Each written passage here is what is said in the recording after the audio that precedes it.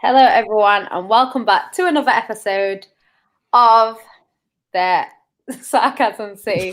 She forgot what you look at. What you know we're on, innit? Great start, that. Messed up, innit? You get me? Terrible start. Awful. City. Can you be quiet, please? You can start again. By the fabulous, the wonderful, the hardworking, the clone number 5 today. The Man United fan, unfortunately. My best friend. You see him all over YouTube. The YouTube regular. The Clyde to my bunny. The Jay-Z to my Beyonce. Flawless Mr. Tate Note. And I'm also joined by my favourite Liverpool fan outside of the family. My little bro. The first guest on Geldom City. The Salah lover, my little friend, Ryan. How are you guys? Now you said Salah lover, I'm not good anymore, innit? I let Ryan go first on that. Yeah. You know what? That was one of the better intros you've done of me. Yeah. Mine is the Manchester United fan, unfortunately. The rest of it was it was good. I liked A1, it, yeah. I would say. Mine is that part. Exceptional. Loved it. Yeah, I thought it was good. And you recovered well after butchering it at the start. So that's good stuff because you clearly forgot where you was in that. Didn't have a Scooby. But very good overall. I'm glad you enjoyed it. Really, have I? I bet it feels like this week. You got to get the match fitness back in it. You're kind of lacking a bit of match fitness in that. Yeah, it happens. It happens. Don't worry. Yeah, it happens. It does. Like Ryan said, it happens. It does happen. Big up to everybody in the comments. We're going to get to all the comments. Don't you lot worry about it. Like I start each and every show on the channel. Love to everybody supporting.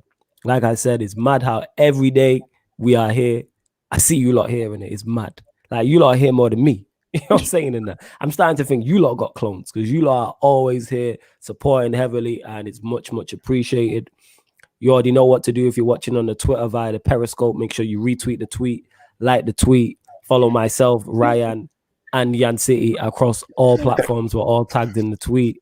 What's going on? All right, use that busting up. Comment from Saka, go Arsenal. Yeah, we're going to get to that. So, yeah, if you're watching on Twitter, you know what to do. Retweet the tweet, like the tweet, and follow us all. Yan City, Ryan, and myself were all tagged in the tweet. If you're watching via the Facebook, hit the like button, share, and like the Sarcasm City page on Facebook. And, of course, YouTube, whether you're new, whether you're new or you're a regular watcher, hit the like button on the video. Make sure you share it across all the socials and subscribe to the channel, Sarcasm City TV. And when you subscribe, make sure you hit the notification bell when you do, please. It's road to 2,500 subscribers. We're closing in. I'm going to check during the show how many we're on, but I know it's less than 50. I know it's definitely less than 50. And you lot in the comments, can you please get up the Ollie and Jose, they're back and forth. And that's why we named this podcast Ollie and Jose Exchange. Ollie and Jose exchange words. United beat Spurs. It rhymed on accident. Must be the rapper in me. But we move. We're going to get to the comments. And if you're new and haven't seen the show before, what the Sarcasm City Sports Q&A is, we open up the comments and you can ask us any question of any sport, past or present. So any question you have for all three of us, one of us, 2 out of the 3, you can ask us. Like I said, any sport, feel free to ask. And as a member, if you see the same names pop up, the members, their comments take priority. So if you see Zane or man like MB and you see in the same names, it's because they're a member. And like I said, their comments and questions take priority like a super chat. But yo, love to everyone in it. Zane already in the comments chatting shit. This is why I love him. He says, Greenwood scores. Yes, Martinelli took it personally. Tapping, wasn't it? I didn't even see the goal. I'm not gonna lie. Yeah, it was a tapping because they'd lose the goalkeeper, parried it out to him, innit? Like Lee Ramsdale, innit? It was a little tapping. Greenwood's goal was bare step overs and a good goal, innit? Like Greenwood left. Reguilon's still stuck there now. Man. You know what I'm saying? But we're gonna get to that. We're gonna give Greenwood and Paul Labille Pogba their flowers. Labille needs to get his love today. Labille. Paul, say his full title, Paul Labille. Paul Labille Pogba. You know what I'm saying? Hit the like button, share the video on the socials, join the membership and check out the podcast. Links are in the description for both membership and podcast. Check them out. No time like the present. Big up NB. Big up NB. Goat mod, one of the GOAT mods, definitely. Dupe says big up to Dupe. He also says, yo, Scorpion, kick that like button and sub if you have not. Yeah, make sure you do make sure you do. Man, like MB says, big up Flawless, the workhorse, never gonna stop giving credit till I'm blue in the face. Big up Yan Torre, one of the realest City fans. Big up Ryan, a real don, CEO of Allison ENT. Big facts. Big facts. Yeah. Big up Yan, says Conrad. Conrad says, Yan loves seeing Spurs lose. Yeah, we're gonna get to that. Nippon saying, unpopular opinion, Son did not dive. He didn't dive, but did he make the most of it? Yes. He made the most of it, yeah.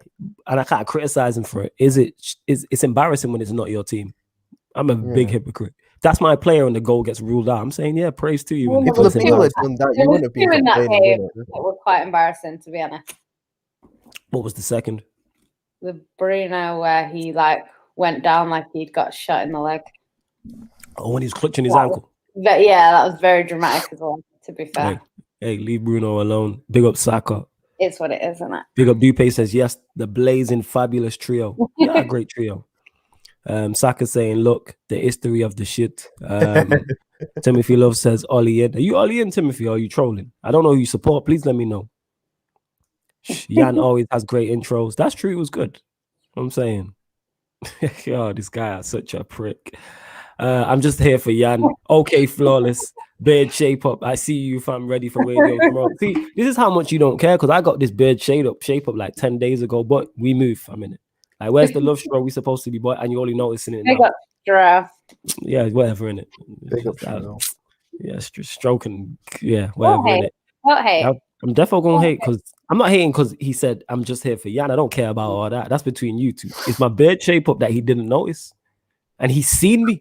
I've been with him for 2 weeks, and he's just noticing it now. I'm glad my pain amuses you. Facts. We was on radio. JV wasn't even there. It was just me and him. This guy was looking directly at me for 2 hours straight on the past 2 Mondays. This is ridiculous. Ridiculous. Yo, big up Dan United as well, man. He says big up. He said Jose in the mud. Big up Dan. Yo, Dan, if you want a link to jump on, let me know, yeah?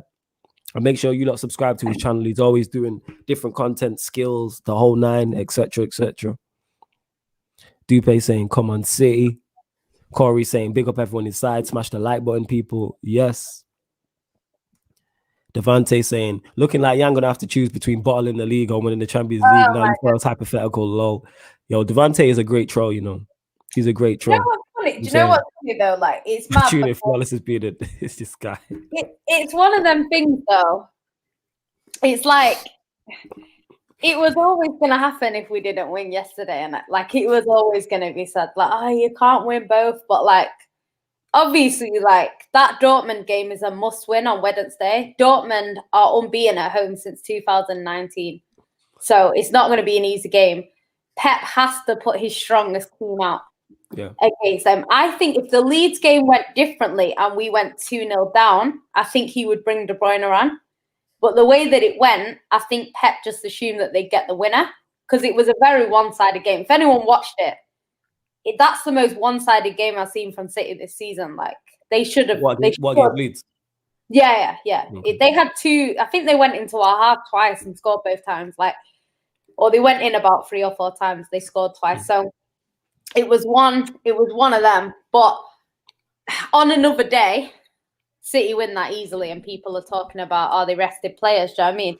Everyone has to do it. It's kind of like at the moment, like the Champions League, people are resting players. You know, Dortmund couldn't rest players because Dortmund aren't in the same situation as Man City. And if you look at all the other title races, there's 1 point in it. 2 points in it. I think 11 is the biggest gap, which is us and Inter Milan. You know what I mean? Like, that's the biggest gap. So it's one of them things where there's always going to be teams that are going to rest their players, and that's how it works. You know, Chelsea did it against West Brom, I think, and they lost. No, that was a full strip. No. Give West Brom and Big Sam full. Chelsea didn't do that against West Brom. That was their full strip. Wait. They had Andreas Christensen on the pitch. Give them full credit. They had Silva, Jovetic, Jorginho, Shai Havertz, Werner, Pulisic. They had the whole line. Don't let them get rid of that 5. Yeah. They had a full team out in that. I didn't actually watch that game, you see, so I didn't watch it, but I watched the highlights over and over again about 5 times. Oh yeah, I've seen the goals actually. That was about it. But yeah, like literally, like people have been doing it. But Dortmund went out and played their full squad because they had to, and apparently 3 of their players got injured. I don't know if it's true, but that's what I've heard. So it's one of them things. If De Bruyne gets injured, Pep is getting slandered. It's left, right, and centre because they're saying, yeah, you beat Leeds, but you were already clear in the league. Why did you not prioritise the Champions League? And if he goes out to Dortmund because De Bruyne is injured, people are slating him. He made the right decision. Whether it pays off or not, we'll see on Wednesday. It could have been a bit like, if that had happened with Pep, it could have been a bit like the Klopp and Jota thing, where Klopp played Jota in just the most irrelevant Champions League game, and because he was injured, our league form just went downhill. And since he's been back, 3 league wins in a row, innit? I think he's even though he was pretty shit. Even though he was pretty shit yesterday, I'm not gonna lie, but still. Yeah, man, Firmino dragging him down, and that. You know what I'm saying, Firmino was good yesterday. I ain't gonna lie. Right, was he? Wait, man. Firmino played all right, you know. Like, no other manager is in 4 competitions. You have to prioritize. We have Dortmund, and then we have 2 days later. You can't risk losing them 2 games to beat Leeds. People will be saying, why are you winning that game that you don't need to win over the 2 that you need to win it? Before you continue, who was criticizing him for making the changes? Was that City fans? Was it rival fans or both? City fans weren't happy. That is foolish. City fans don't like the Champions League, honestly. I'm not joking. Like, they don't care. Like, that is foolish. Like, you've got Dortmund in a second leg away from home. You're, I don't know, 67 points clear in the Premier League title race. Why are you concerned about the Leeds? You know what? Like, the thing is, like, it's not obviously nothing is impossible, and Man United could go on some crazy run and win all their games, and Man City could just completely capitulate in the league. But I just can't really see it like that. I don't think Man City win 4 competitions. I think we win 2 max, and whichever we go out of. Why have you just removed Ryan? Because there's 2 of him, so I think he's back. Okay. That's why. Because look, if I click him in, look, my internet went a bit dodgy. Shit. See. See, I got your back. Go on, carry on saying what you were saying. I got you. So I think it's one of them things. Like, it's always going to be seen like that. Or City could do this, but how many times have Man City been 1 point? Like last time we won the league, we were 1 point clear of Liverpool, and we held out till the end. So I'm not really worried. I think 8 points is doable, but the last time it was done was Man City, Man United, and we had a derby in the middle, which got us 6 points. Do you know what I mean? Like, that was a 6-pointer. So it's very different. I don't think we're not even gonna run with that. We're being honest. Like, big up Tox. He says I tune in flawless as being a diva. Yo, it's because Stroll being a wind up. He said, I'm saying I'm here for Jan. All I get is a big up, heartbroken. I knew that would annoy him. See, like, I don't. Yeah, look at what he said. Like, I don't remember him not answering the phone because he was getting a shape up. Look at you, emotional. Yeah, he rang me and I didn't answer my phone. I was getting I forgot about that. This guy a proper dick. See how my friends treat me, people. Just the insider in it. Teachable moment. You see why I am the way I am. Look at Jan City busting up over there the whole time, showing all 29 teeth. But you know, we move. It 32. Is what it is. Or is it 32, isn't it? Someday, yo-yos, I'm not going to lie. It does yo-yo. You lot get the likes up on the video as well. But yeah, that's wild in regards to City fans. Yeah, that's crazy. I think it's because Man United fans came out and were like, we can do it. And I think Man City fans are thinking, shit, they could do it. But it's like, they could. But it's just like the chances of that happening. So unlikely. It's really slim. Like, you know, it's more likely for us to do something like win the Champions League than it is for that. Do you know what I mean? So I think it's one of them things. We'll obviously have to see what happens. I don't think, because some guys argue with me now actually on Twitter, because he was saying that you love winding people up. I'm just going to put it out there. No, because he's saying Pep will rest players for more games. But I was saying, yeah, but if it gets to a point where Man United are 6 points behind, Pep's not going to rest players in the next Premier League game because he's going to know that that's a must win. So he's going to have to play a strong squad in both games. But we haven't got through in the quarterfinals under Pep.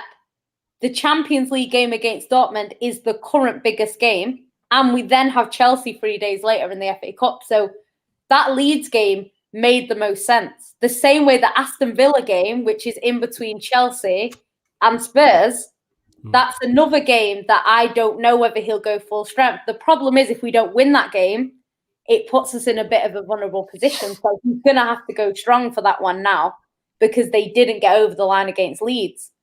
But it's still going to be a team. We're not going to go out there full strength and then, and then struggle against Spurs in a final because that's a trophy and the league is not guaranteed. Man United aren't guaranteed to win their game either. So I don't know. It would be interesting to see what happens, but he's not gonna rest players again like he did. I think he will have learned his lesson. But that team that he put out, the thing is, you should have won the game though. Good. It's not like you played bad. You should have won the game. It's not like worrying signs there really. Like you just had an off day where your players couldn't finish. Like they had 80% possession. They had 29 shots. It was. Yeah. That was the most one-sided game I've seen, and that's the thing. Like that wasn't one of them games where you look at it and think, "Oh, I'm concerned about this." Like the derby was more concerning because the way we went about that game, it didn't look great. But then they went on and won the next 6 games in a row. So I'd expect City to bounce back from it. And yeah, I can't see that happening again. If I'm being honest, I think a lot of players wanted to start, and they've just proven to Pep why they shouldn't be starting. So. Unfortunately for them, they've shot themselves in the foot because they should have done better. Strong words. Sterling, for example, I don't slander Sterling, as you know, but he had his chance then to say, I deserve to start against Dortmund, and he did nothing to tell Pep that. So when he's on the bench on Wednesday, he'll know why. That's all I can say. Do you know what I mean? So I don't know. We'll have to see. Yeah, we have struggled against Leeds this season though, because we struggled against them away as well. So used that in a commenter on some jolting. But yeah, moving on to obviously the biggest story of the weekend. It's not even so much the result with United Spurs and that, even though I think that is a shock because I did not expect to see 4 goals. It's more. By the way, I've got the most for your doing the most show tomorrow. I've got the most unexpected result: Liverpool winning the game at Anfield. This guy had 4, You're it's got to be Leeds. It's got to be Leeds. Oh my god! I think Liverpool win. I'm not gonna lie. I think Liverpool winning at Anfield's a more shocking result. Who did you play? I think it's United. I think it's United beating Spurs 3-1. No one's seen that coming. Spurs are the worst. Honestly. But wait, you seen 3-1 coming though? You seen 4 goals in that game? I said 4-1 Man United. Yeah, that's because you hate Spurs and that. I ain't giving you credit for that. You just hate Spurs and that. That's what that is. I said 4-1, and I made my dad put a bet on it. My dad put a bet on Mason Greenwood to score in Man United to win and won money. Yeah, it's amazing. I told him, and he won money, innit? Hey, you lot in the comments, get up. I can't find all the quotes in it. Get up the Mourinho and Ollie quotes about what spoke about. Please get them up in the comments. Where am I missing? You lot don't be beefing in the chat even, man. Just relax. You know what I'm saying? It's not that deep. It's only football. As you can see, me, Yancy, and Ryan all support separate teams, and we never get personal. And we say some wild shit to each other. Sometimes City does get personal. Oh my god! Overrated YouTuber. Ryan, this is why you're single. I just needed to get that in, innit? Yo, Ryan's a proper prick, I know. Yeah. He's a proper asshole. Yeah. And I rate it so much. That's just me being an asshole. Like the way he just did that was ridiculous. The way he delivered it, the pause, everything like that. Like the timing was spot on in it. It just wasn't a beautiful strike. It's the way he struck it also. I think finesse, definitely. Look at this break. MB, I get what you say. It's a flawless. You shocked. Not that United won. I just didn't expect 3-1. I thought it was going to be 2-1 max. I did not see a 4-goal game. But we're going to get to all the comments on that. Definitely. I don't know about that. We're going to get to all the comments. You lot get the likes up on the video. Say that again. Do you know what was? I wouldn't say it's a shocking result like how it ended. But I think West Ham going 3-0 up against Leicester. They've done that the last 2 games. They've done it like 3 games in a row. At the beginning. Obviously, it did end 3-2. But you would think Leicester would not be 3-0 down to West Ham. Do you know what I mean? Just because of how they've been this season. I know they struggle a little bit at the end to get over the line. So whether they'll go out, I don't know. Their fixtures are quite hard, Leicester. Yeah, their last 2 games are horrible. I don't think they're going to stay where they are. They do. But yeah, like I was saying, I can't find the exact quotes. I'm paraphrasing. But basically, in regards to that terrible decision.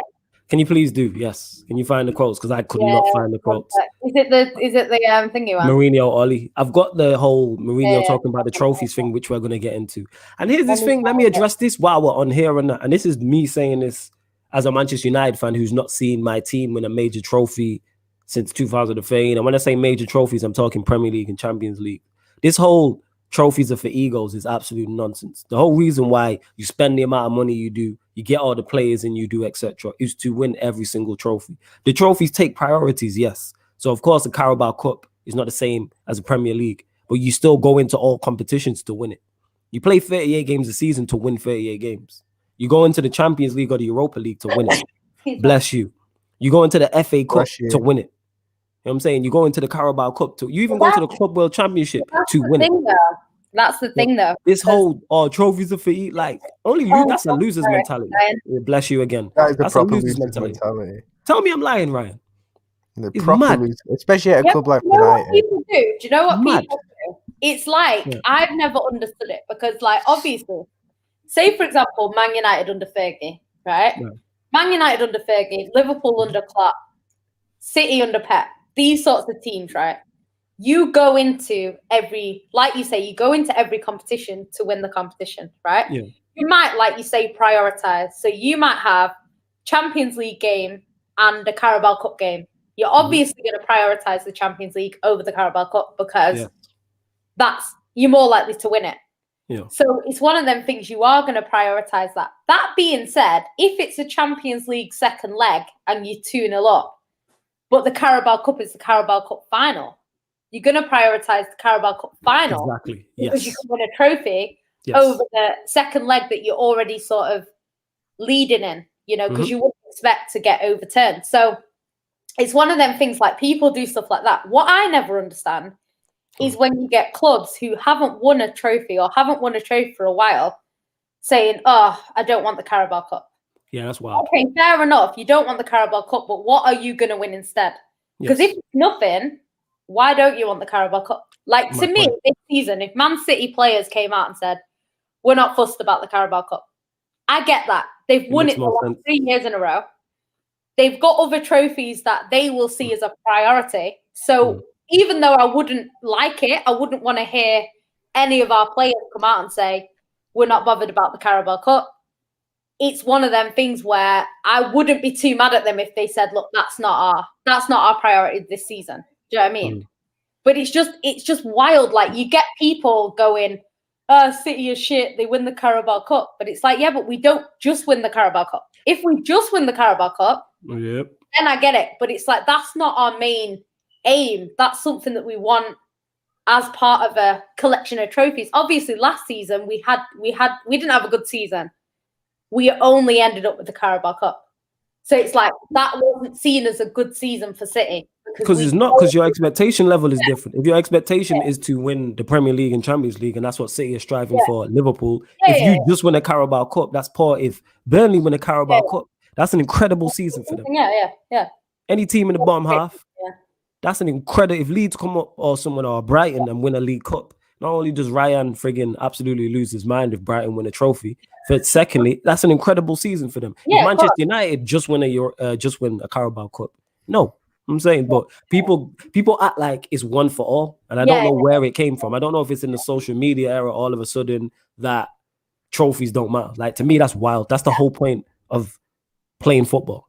That's the whole point of what you want to see. That's what makes this Manchester City side go so great. That's why Ryan loves Klopp so much. If Klopp hadn't won anything, you're not going to love him as much as you do now. Yeah, facts, bro, facts. Yeah, if Klopp came in and just flopped. When you think about it, but then. Yeah, I mean, you still got Tottenham fans who love Pochettino, like. But then again, that comes back into the nuance of it, and what I'm talking about in terms of levels is because where they're trying to go. So the reason why they love Poch is because Poch elevated them as a club. Yeah, exactly. Spurs were in that bracket where if they win a Carabao Cup, they have an incredible season type of thing. But he got them playing better football and got them into the Champions League on a regular basis. Yeah. They're trying to elevate. I mean, everyone's trying to strive to be in the Premier League. I'll use it as a pyramid. Everybody strives to be the top team and challenge and win the Premier League. Below that, it's Champions League. Below that, it's Europa League. Below that's top half. And then everybody else is just trying to survive relegation. So depending on where you're at on the food chain varies, isn't it? Yeah. That's what that is. See, But that's the thing though, like that's why I just don't get it, because you get teams who they'll say something like, okay, top 4. Like the thing is with top 4 is there's a lot of stuff that goes into top 4, because it's not just finishing in the top 4. There's a lot of money in it. Yep. There's players more likely to want to sign for you. There's players more likely to want to stay. So I'd say top 4, even though I don't think it's a trophy personally, you do kind of need to be in the top 4 if you want to do certain things. So I'm like, I didn't realize how much money you get for winning a single Champions League game. Like Man City scoring that last minute winner against Dortmund, they will have won something like 30 million for that. It's like that's that how kind of links in. I remember thinking, I keep always thinking, why did Klopp play Jota in that Midtjylland game? But apparently I read something that if Liverpool had won that game, which we didn't anyway for some reason, then I think we would have gotten quite a bit of extra money based on something. So maybe that's why I did it. I don't know. We still shouldn't have done it, but yeah. It's a lot of money, because I was actually reading about it and it said how much Man City have earned in the Champions League, and it's like it's a certain amount of money per win in the group stage, and then it goes up as you advance. So like it's not just about winning, it's about other things, you know what I mean? I think that's why, like you say, they won't play weakened sides in the Champions League. Whereas a Premier League win, I don't think you earn any money game per game. I think it's just where you finish. So it financially makes more sense to play a stronger squad in the Champions League than it does in the Prem. So it's not just about winning and losing. There's actually money at stake. It's kind of the reason why I mentioned the trophy thing, because I've seen it mentioned, and I think I'm open and balanced and open to all arguments. But that's above the whole Ollie in, Ollie out thing for me, like in terms of just absolute pure stupidness and that. The whole point, these clubs bring in the best managers, bring in the best players, the best coaches. They play to win. And the reason why they want to win is to get trophies at the end of it. So this whole trophies, and it's because Mourinho had mentioned it, because Ollie said trophies are for egos, and he was saying Fergie wouldn't back that. And it's facts. The reason why Fergie's known as a great at Manchester United is because he won everything. Like, there's a reason for that. Like, nobody remembers like the first loser, which is someone that finished the second. Like, honestly. If you tell me where did Man City finish in any season that we didn't win the league, I hardly know. I don't know. Did we finish second, or did we finish third, or did we finish fourth? I have no idea. The minute we don't finish first, I don't care. It's season done. Because your mentality at City is to finish top. United are trying to finish top. Ryan at Liverpool with Klopp, they're trying to finish top. Obviously, if you're a Brighton and you finish 6th, of course you're gonna remember that season. Yeah. Because like West Ham, for instance, are a prime example. Now, wherever they finish, say they finish 5th or 4th or whatever, they are going to remember the season much better than I am. I remember that season as a West Ham fan, we finished 4th and went into the Champions League the next season. Gassed. Because that's not their expectation level. Obviously, everybody's expectation levels as a club is different. Now, West Ham, next season, if they finish in the top 4 this season and then the season after, if they do it the 3rd season, eventually they want improvement. Arsenal did that for years, where they were just a top 4 side. It's like, okay, we're solidified. Let's kick on and try and win a trophy. Let's go on and try and win a Champions League. And because Arsenal didn't do that since 2004 and we're now in 2021, that's why their fans are kicking off. And I understand Arsenal fans being angry and being upset. But yeah, it was Miriam. Ollie spoke about, obviously, terrible VAR decision, absolutely shocking. The Cavani's goal was ruled out, even though we won, because karma comes and hits you. So it's fantastic. But the goal was ruled out for VAR, and then Ollie basically said that if it's a weird analogy, but it was kind of funny at the same time. He was like, if my son went down like that and he needed 10 of his mates to help him up, I wouldn't give him food. And then basically Mourinho responded with, son is very lucky that his father is a better person than Ollie, because a father, you always have to feed your kids. It doesn't matter what they do. I've told Ollie what I think about it. I think about his comments. Ryan, we'll start with you. What's your thoughts on the spat between those two? It's just a bit pathetic, I think, really. Like, those two need to just grow up, innit? Like, let's be honest. Like Ollie, don't go into like Son that much, innit? Because like, if your player did it, you wouldn't be chatting like this, innit? Like, so yeah, Mourinho, like, I actually think Mourinho's comment is funny, to be fair. Like, I think when someone criticizes your player like that, you know, come out and back your player like that. So I'm kind of team Mourinho on this, I have to be honest. Okay, fair enough. Your thoughts on it, Yancy? Yeah, I think he has to back his play. You know what? It's different if you know them challenges where. Hold up. I think we just landed Yeah. a new member. Yo, big up Davey Fisher for becoming a Big member. up, Much man. appreciated. I'm gonna check it out. We will get to your comments as well, people. So, like I said, Sarcasm City Sports Q&A. Ask any question, any sport, past or present. I've just seen you two actually just going back and forth. I mean, you lot just going back and forth with each other. They even had questions. But yeah, sorry to cut you off. Go on. But yeah, Right. like I think you have to back your player. I think if it was one of them where no one touched him and he went down, I would get it. But he did touch him. Yes, it was a little bit dramatic. I can't lie. The way he went down was dramatic. But there was contact there. He did like slap him in the face. Do you know what I mean?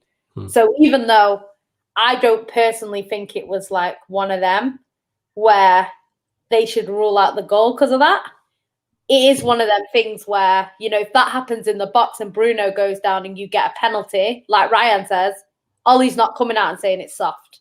Ollie's saying it was contact in the box and my player got a penalty. So I think it's like somebody was saying on Twitter, like everyone keeps saying every time a decision doesn't go their way, it's, the game's gone soft. Then when it goes their way, it's like, oh, that's a clear pen. And it's like, you just need to kind of, I think with VAR, like there are some. Keep going. There are, like, no one can lie. Like, we've seen the worst of VAR this week, I'd say.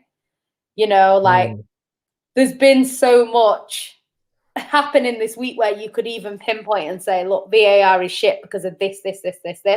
But it's one of them things, like, you just have to remain consistent because Man United have been quite lucky with VAR this season at times. Definitely. And then today, I'd say they were unlucky in that. I mean, you know what I mean, but that Maguire Welbeck was mad.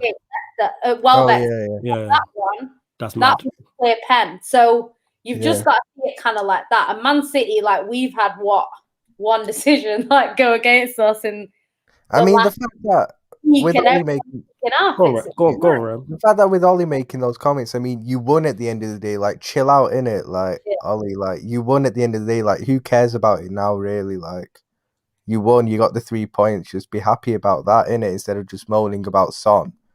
Like, it happened, man. I mean, there was some guy that that had 90 grand on Man United winning 4-1 and lost it because of that. Okay, yeah, I can understand him being unhappy, I'll be honest. And here's the thing with I understand managers being shameless because we all shameless, like I said, when I'll be honest on like decisions, but when it goes for me, I'm like, I've said it. All hail VAR when decisions go for us. You know what I'm saying? When the decisions go against you, like today, man's big mad. Like, that's a joke, but I think that's us as fans. And I think managers, you're gonna back your player, even if your player's wrong. Of course, you're gonna back your player. You have to, they have to. Yeah, because you can't be out here. You can say what you want to him behind closed doors, but like openly, you can't. My thoughts on it is I like it. I'm for this. I love the petty in that. I don't know what happened between Mourinho and Jose that I missed, but the fact that they're going back and forth, I'm with it because it seems to be a rivalry. Like, they're always exchanging words. Like Mourinho said today, something along the lines of, I have not just a Premier League, I have Premier Leagues. He said, I don't just have a Champions.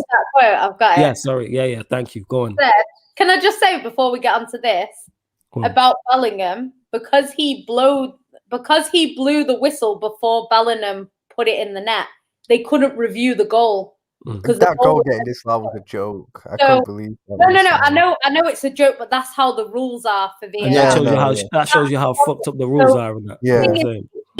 If he scores that as a goal, they would review the goal, and it was never a goal to begin with, which it's dumb, I know. And it should have stood. I agree with that.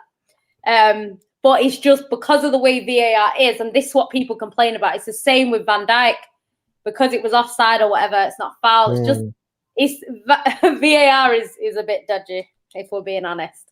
So Jose Mourinho said, I have Premier Leagues, not a Premier League. I have Champions Leagues, not a Champions League, Europa League and other domestic cups. The only person who can make a valid argument with me is Pep Guardiola because he has everything that I have.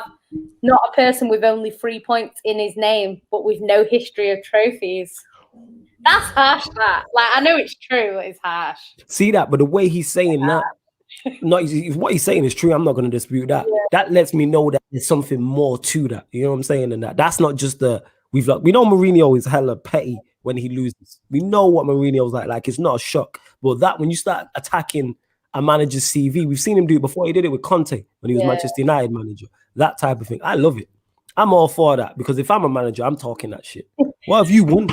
Put your medals on the table, innit? Where to soon as what have you won? And that ties back into what I'm originally saying about trophies. The reason why Pep's loved by City fans is because he wins trophies. Fergie for me, Klopp for Ryan. You know what I'm saying? Players. Why David Silva left? Actually, I'm saying why she loves David Silva. Because he won hella trophies for them. You know what it is as well? It's not just that they've won trophies, it's won trophies for City. Because it's like Chelsea fans. Chelsea fans love Jose. Because guess what he did for them? Win Chelsea trophies. won them the big trophies at the time. Obviously, he never won the Champions League, but he still won them the big trophies. Mm-hmm. Whereas, like, this is what Spurs fans are getting annoyed about, and I agree with them 100%. They're saying he's bringing up these trophies, but none of them are with us. So it's like, you know, it's like someone saying, oh, yeah, well, you know, I had all these nice cars, but they give you like a broke down, old, you know, hardly working car, and they're saying, well, I had Bentleys before. Yeah, but you're not receiving any of them cars. So what they had before is irrelevant. Do you know what I mean? And it's kind of like with him, you know, even if he wins Spurs the Carabao Cup, I don't think that's going to be enough for them to be like, okay, fair enough. Because he's talking about all these big trophies that he ain't winning them. Do you know what I mean? Like, I don't know. I get your point. Here's the thing: it depends on what side of the fence you're on with. I'm the car talk to Spurs fan. If you're Mourinho and he wins the trophy, it's like, right, he's come in, he's done what he's supposed to do. Yes, the football's bad. Yes, it's toxic. Yes, we can see late goals, etc., etc. But he's coming to do that. If you're Mourinho out and he doesn't win a trophy, it's kind of like, why is he here? What do you? Because they haven't won a trophy. If you combine, what is it, 60 years or something? 2008 since they won a trophy. And then before that, when's the last time they won the league in the 40s? 1960.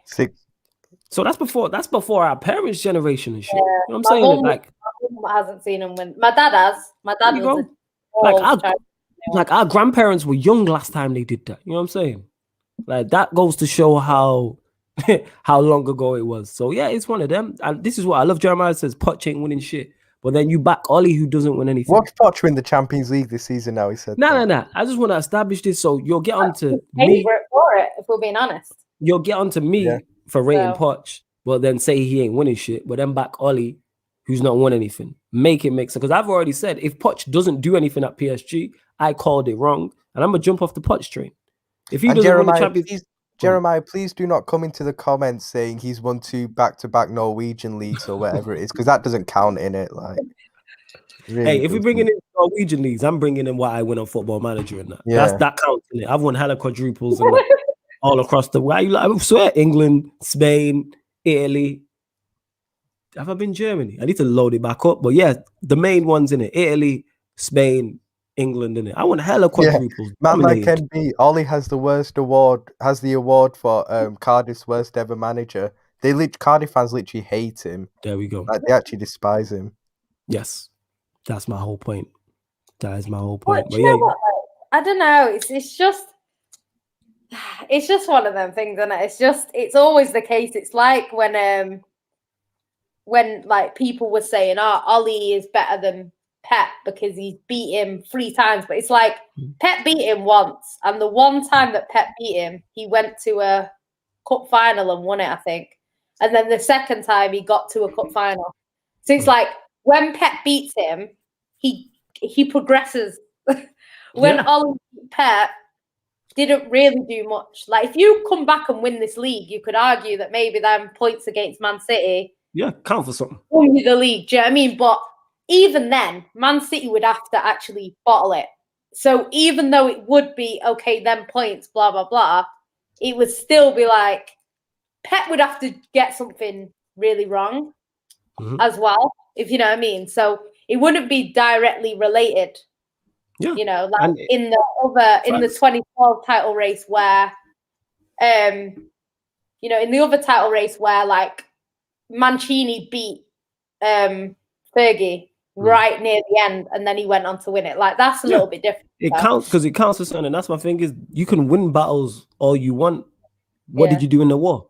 I would take, if someone said to me, right, you're going to lose every season for the next 10 years to Liverpool, Arsenal, and City. So you're going to lose those 6 games in the league every single season for the next year, but you're going to win the league in every year for 10 years. I'm taking that. Of course. I'm taking that. I don't care about, but it's bragging rights, which is all well and good. I can come on here and it's bragging rights. No, it's bragging rights that you have for a week after the game. And then that's it. Who's going to have the rights at the end of the season? Bragging rights for the whole summer at the end of the season. Imagine we played May the 1st year. I'm just using as an example because United played Liverpool and United beat Liverpool 5-0.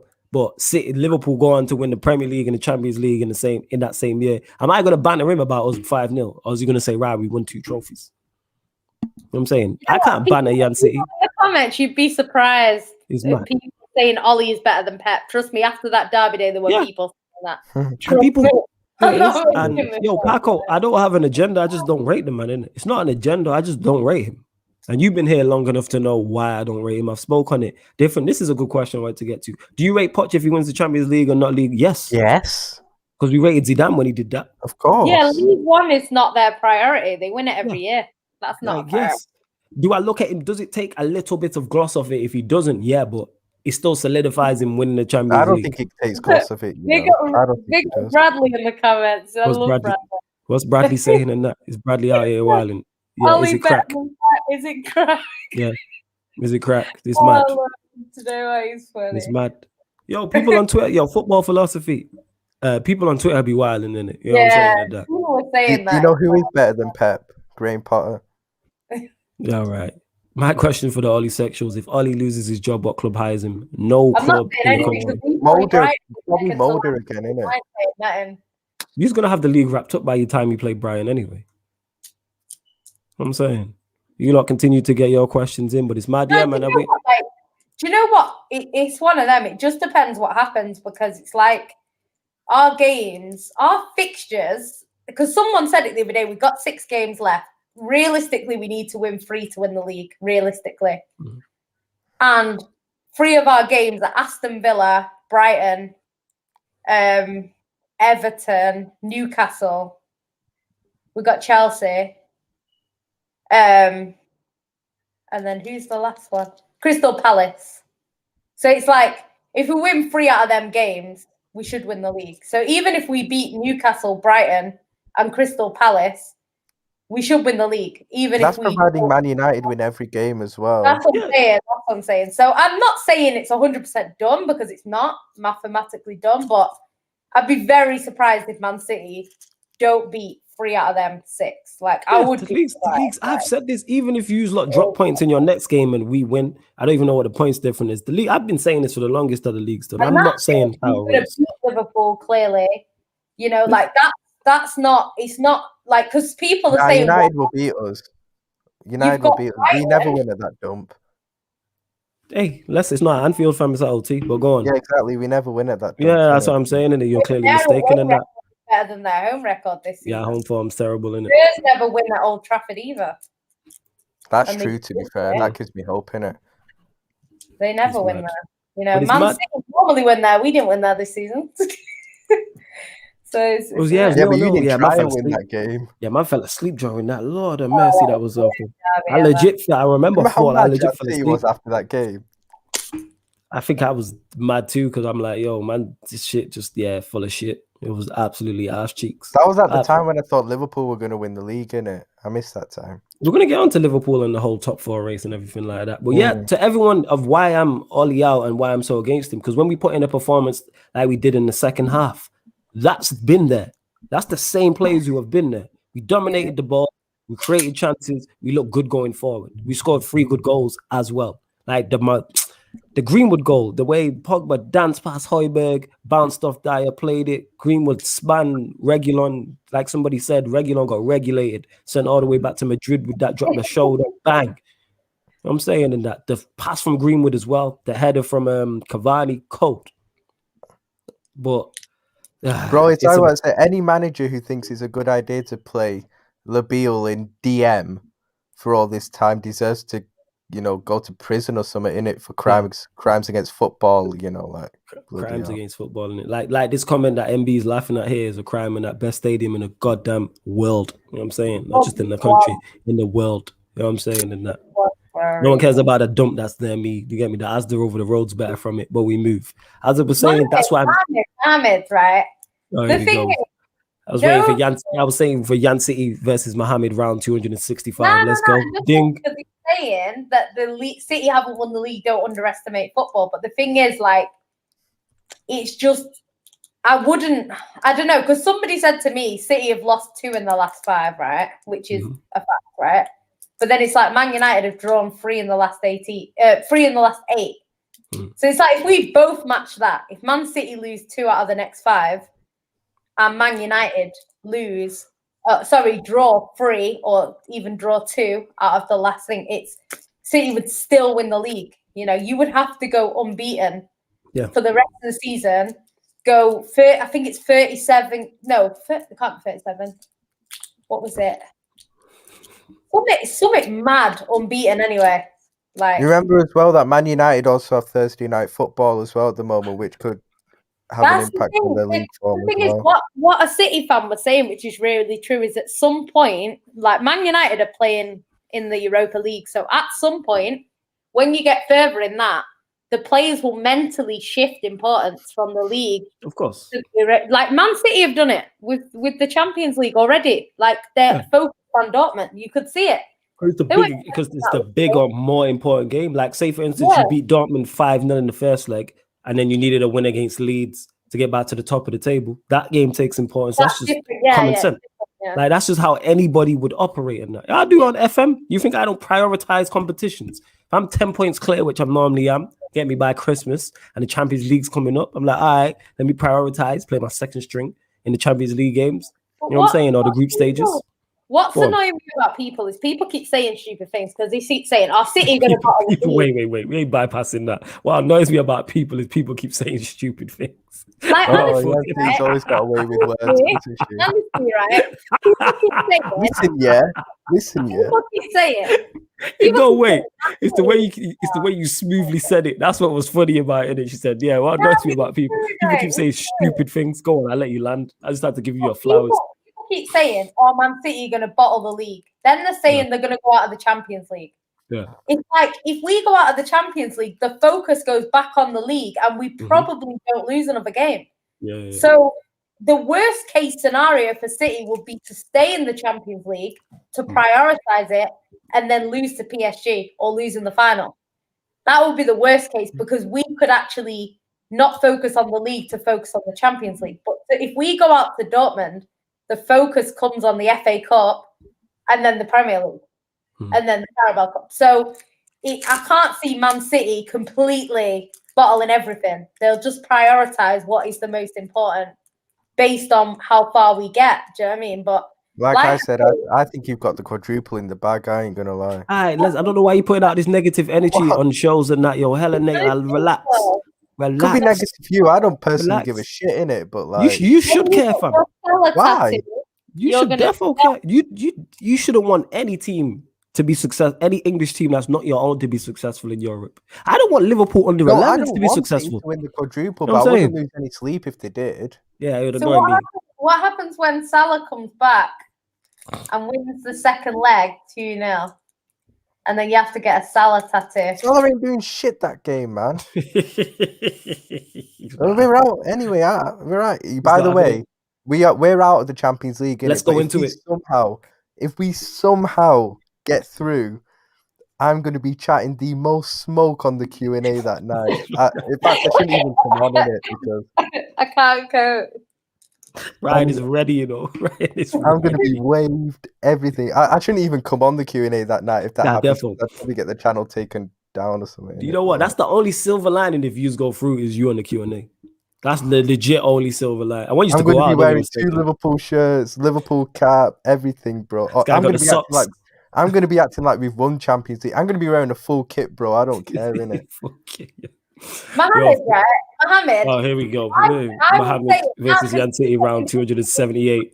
No. He's saying that these City fans are saying the league's been won before it's been won. Like I've never said. I That's didn't true. say.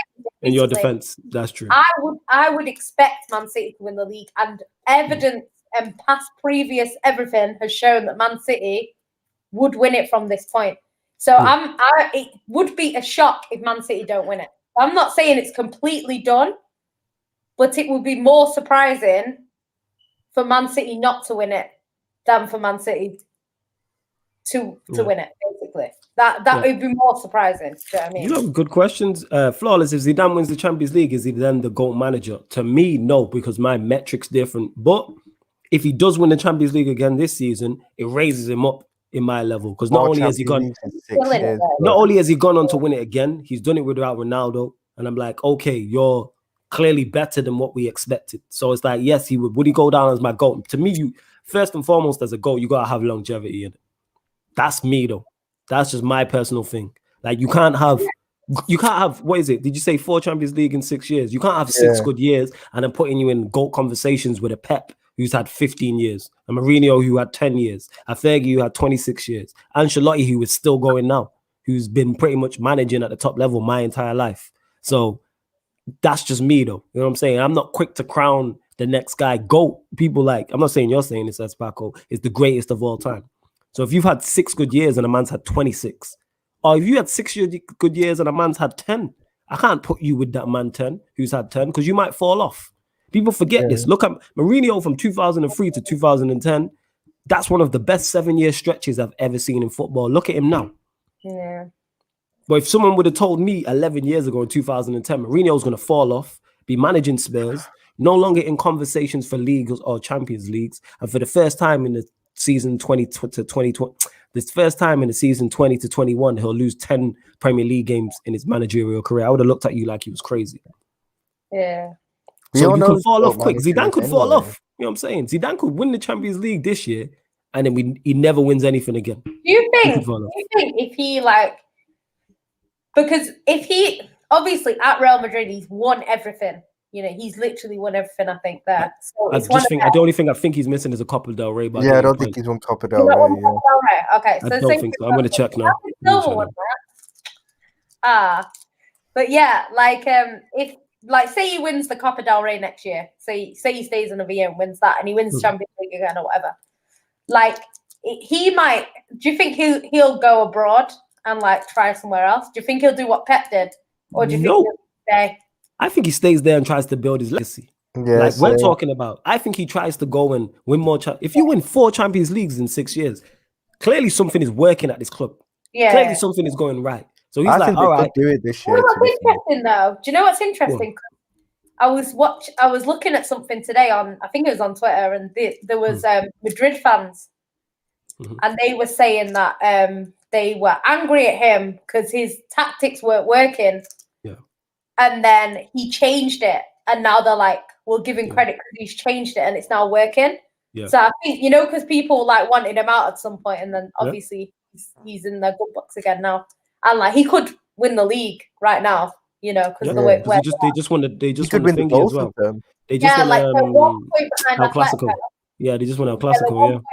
Yeah, Atletico drew today, so okay, they look like they're gonna struggle a little bit to hold on, and apparently Real Madrid have the better fixtures out of the 3.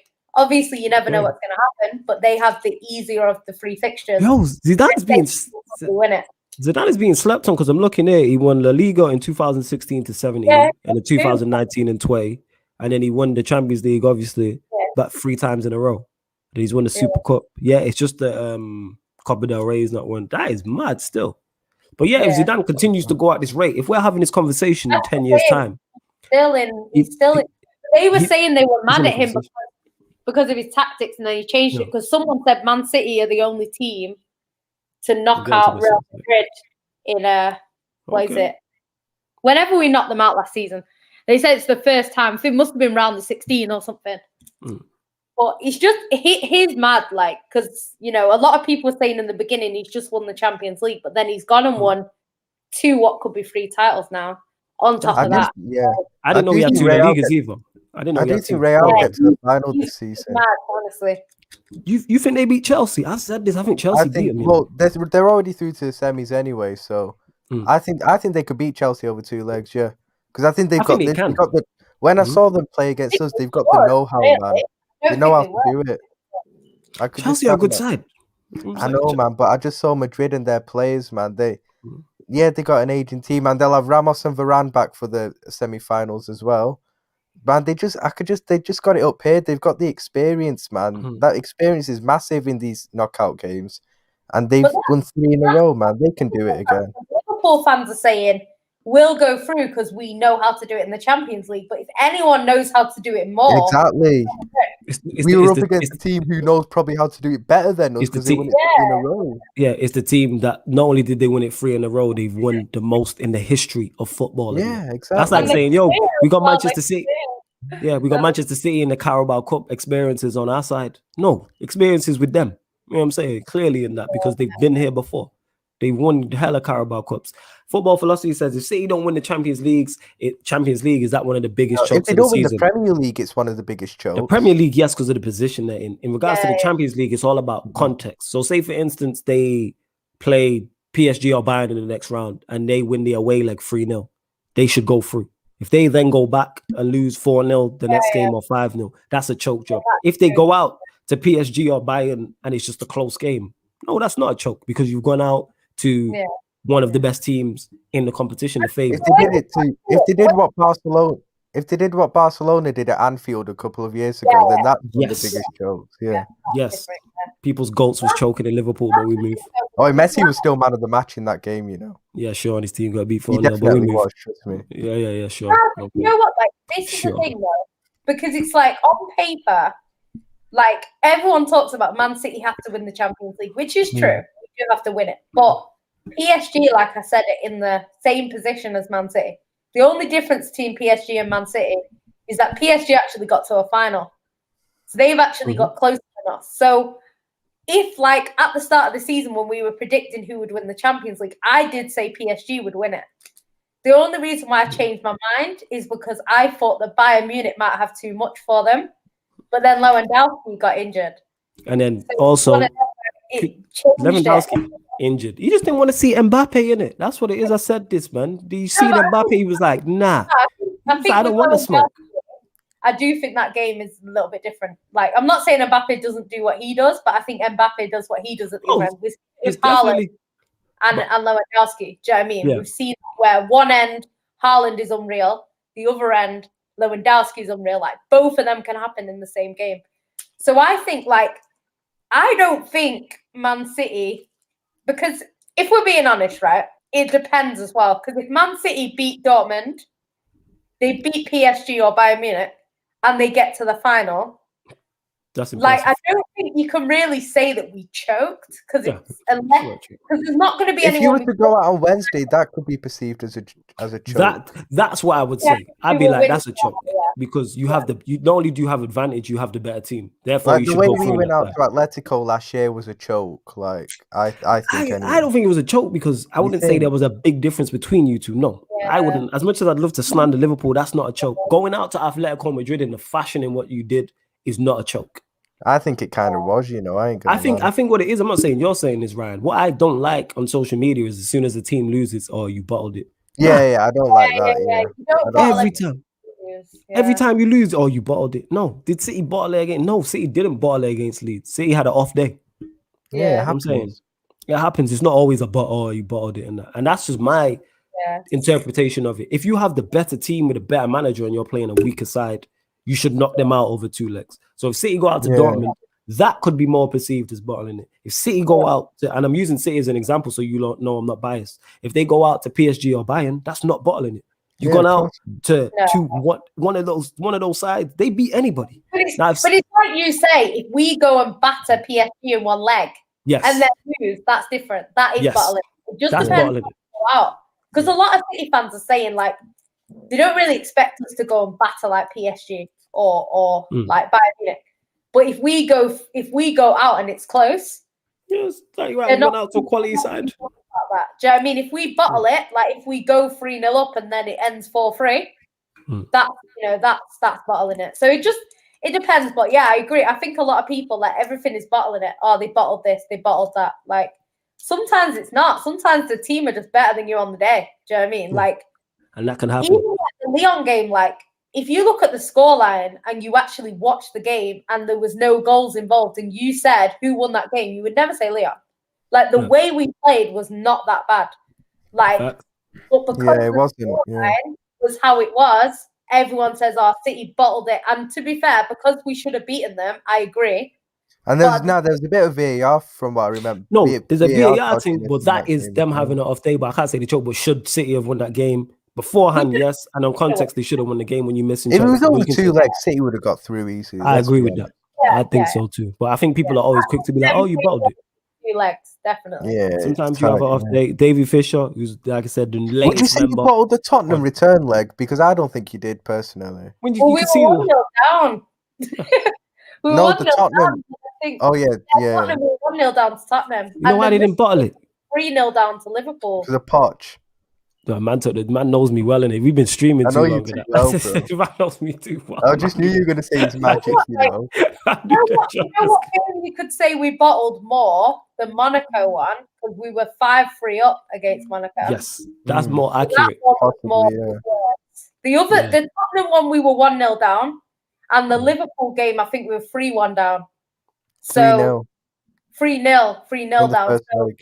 So there was a bit of that Liverpool one. I didn't expect us to overcome that. I have to admit, in some of those games, City have been a bit unlucky as well. Let's be honest. And people forget that type of stuff can go against you, and it's not every game you lose or you bottled it. And I know it's funny for banter, but people take it serious. I never say, "Oh, they bottled it," because context matters. That if Lyon you go out, game, Lyon. I don't even think they bottled it. I just think they had an off night. To be fair, though, I remember one of Lyon's goals was dodgy though. Like, it shouldn't have counted from what I remember. Like. And you can't rely on, like, it's not Pep's fault that Sterling missed an open goal like that. That's not on him. Sterling had an off night. Normally Sterling scores. You know what? Like, with that, like, I think Pep is responsible a little bit for the lineup that he put out. The lineup's fair enough, For Laporte having a disaster class. I think Edison was terrible in that game as well. Correct me if I'm wrong, guys, but I don't think he made a save. And Raheem Sterling missed the easiest goal. I could have scored that. You definitely, and your finish is terrible. That's facts. You know what I'm saying? That was terrible. And it wasn't the only player that could really hold their head up high after that game was actually De Bruyne. Everyone else wasn't great. Do you know what I mean? And it's like even the first leg against Dortmund, and this is the difference that I'm hoping is going to work for Man City this season. Like, we weren't the best against Dortmund, but we came over with a win. That is rare. City. That is rare. Normally, I think I heard someone say that. Don't win. So for I've heard someone say, and come away with a win, that shows improvement from Man City. So I'm hoping that is going to push us on, because, you know, like, I just think, because we normally have one good leg, but I don't think that first leg was a good leg, if I'm being honest, for Man City. And we actually came out with a win. And I know when City go 1-0 down, they kind of struggle. Like, we haven't won a game from being 1-0 down since 2019. So it's not something that we do well. That's more of not a bottle job because you're behind, but that's more of a mentality issue. You know what I'm saying? Like, that's what that is. That's a mentality issue type of thing. Like, how come we can't with all this talent as soon as we go down? Like, that's more so. Big up Ken, and he says, big up Flawless touching from Trinidad as always. Good victory today. Yeah, man, great victory today. You know what I'm saying? We actually played some good football as well. Davey says, Real Madrid are too streetwise. There won't be any comeback like that Barca game. I agree. I think they have too much now. I don't think Real Madrid, after big up football philosophy, what they did against Barcelona, I don't think they then go and bottle that to Liverpool, because that would be bottling it. They're 3-1 up. Yeah, it would be. They don't win it. They'll definitely score at Anfield. Yeah, Ryan's not having it. Yeah, man. Notorious FAT. Of course he's scared. Everybody's scared, shook to death of the new kid on the block that is done Poch. Now he's got a team with him, yeah? Now he's got a team with him. He's got the squad with him now. You get what I'm saying? He was out here by himself. He was at Spurs. Now he's got the squad. Man's now here with King Killian. You get what I'm saying? And levels to this. I'm telling you, levels. Nobody wants to see PSG. Not Liverpool, not City. Nobody wants to see that team, innit? With Neymar, it's a wrap, man. And Variety was missing, no Paredes. Their captain went off as well. And they still won at their Allianz. Who else is doing that? Levels to this, I'm telling you, lot. Yes, get us to 50 likes that Dupe saying we're currently on 36. So yeah, before get us to 30 likes, man. I mean 30 likes. Get us to 50 likes, sorry. Big up to you lot. Zane saying, did Ryan find Thiago again? Just saying Partey got an assist. Allow comparing both of them. It's an insult to Partey. Compare Thiago to Ceballos. Never mind. Even Ceballos has more assists. Which one won at the Emirates a couple of weeks ago when we played each other 3-0? Shots fired. And when Partey can start performing against teams like Slavia Prague, then come chat to me, innit? And not get stuff from Mohamed El Neni. Right side of the hella shots. What are you cracking up at? Are you good? Just laughing at you. My leg's gone numb, innit? I can't stretch my leg out. Oh, it's cool. You stretch it out. It's all right, love. You handle business. Ryan came shooting. He said basically go chat to Slavia Prague and them, man. That's what he's telling you, Zane. Personally, I wouldn't have that. MB says, I still want Arsenal to win that game, by the way. Yes, we all do. We're all behind Arsenal. I can't believe I'm saying that, but we are. Here's what it is. Hey, you lot need to chill in the chat. Don't be beefing with each other, man. Jan, do you think with Fernandinho leaving that Pep should activate the buyback clause of Douglas Luiz? He better not leave this season. I'm going to be vexed at Man City if they let him leave without me saying goodbye. I thought he did say he was leaving. No, he said he's waiting until the end of the season, which means he's leaving. We'll see. I don't know. Man City, I think, have said to the players, if you can keep fit and play a certain amount of games, we'll keep you. Aguero didn't make it, and Aguero's injured now without even playing. So, you know what? Like, as much as I'm gutted that Aguero is leaving, and I would have liked it to be on better terms, I do think it's his time to go. He can't stay fit for more than a week. So he has to go. But, yeah, I would get Douglas Luiz back. We did want to keep him. We didn't ever want to give him away, but we couldn't get a visa. So I think he would get a visa now. So, yeah, I would take him back, if I'm being honest. Okay. Where's he playing? Villa. Okay. Shit, is he your player? Yeah, he's there playing. He couldn't get a work permit, so he had to go to Villa. Why? So what? Did he was allowed in the Midlands, but not Manchester? How's that work? Weird, that. Man City couldn't guarantee that he plays a certain amount of games. So, but I think with Fernandinho leaving, we could guarantee him that. Nah, it's only snapback style. But like I said, I'm planning on me and JV are sorting it out. We had some issues with the shipment, but we're basically planning to start online shop for you lot in it because you lot keep asking. So we are planning on doing that, but these things take time. Online shop takes time to set up in it. Getting merch takes time. You lot bear with us in it. We're literally all doing this from our houses. There's no big, we ain't backed in it. You know what I'm saying? And that we not got a big piece to spend in that. We kind of, it's not even like it's worse than being owned by the Glazers or FSG. You know what I'm saying? Like it's literally just us. Sustainable model in it. Yes, facts. It's literally just us. You know what I'm saying? I know the channel runs every day, but we don't have no BBC, ITV, Sky Sports backing. Like it's literally just us. Football Philosophy says, Poch done miracles at Tottenham. I believe he can win them Champions League this season. Yeah, it's defo because he's magic. You know, did you hear how high pitched you both went there? I honestly believe, like, I'm not saying that any manager can do it because it's mad. But I think PSG were gonna, like, they were my favourites to win the Champions League before Poch came in. If you know what I mean. Poch came in and just backed it up. You know what I'm saying? You was like even more. It's one of them things. I think they'd win it because he's magic. Do you know if the final? Do you know if the final PSG against Chelsea? Does Tuchel get a winner's medal, like regardless? No, because he's moved as a manager. It don't work like that.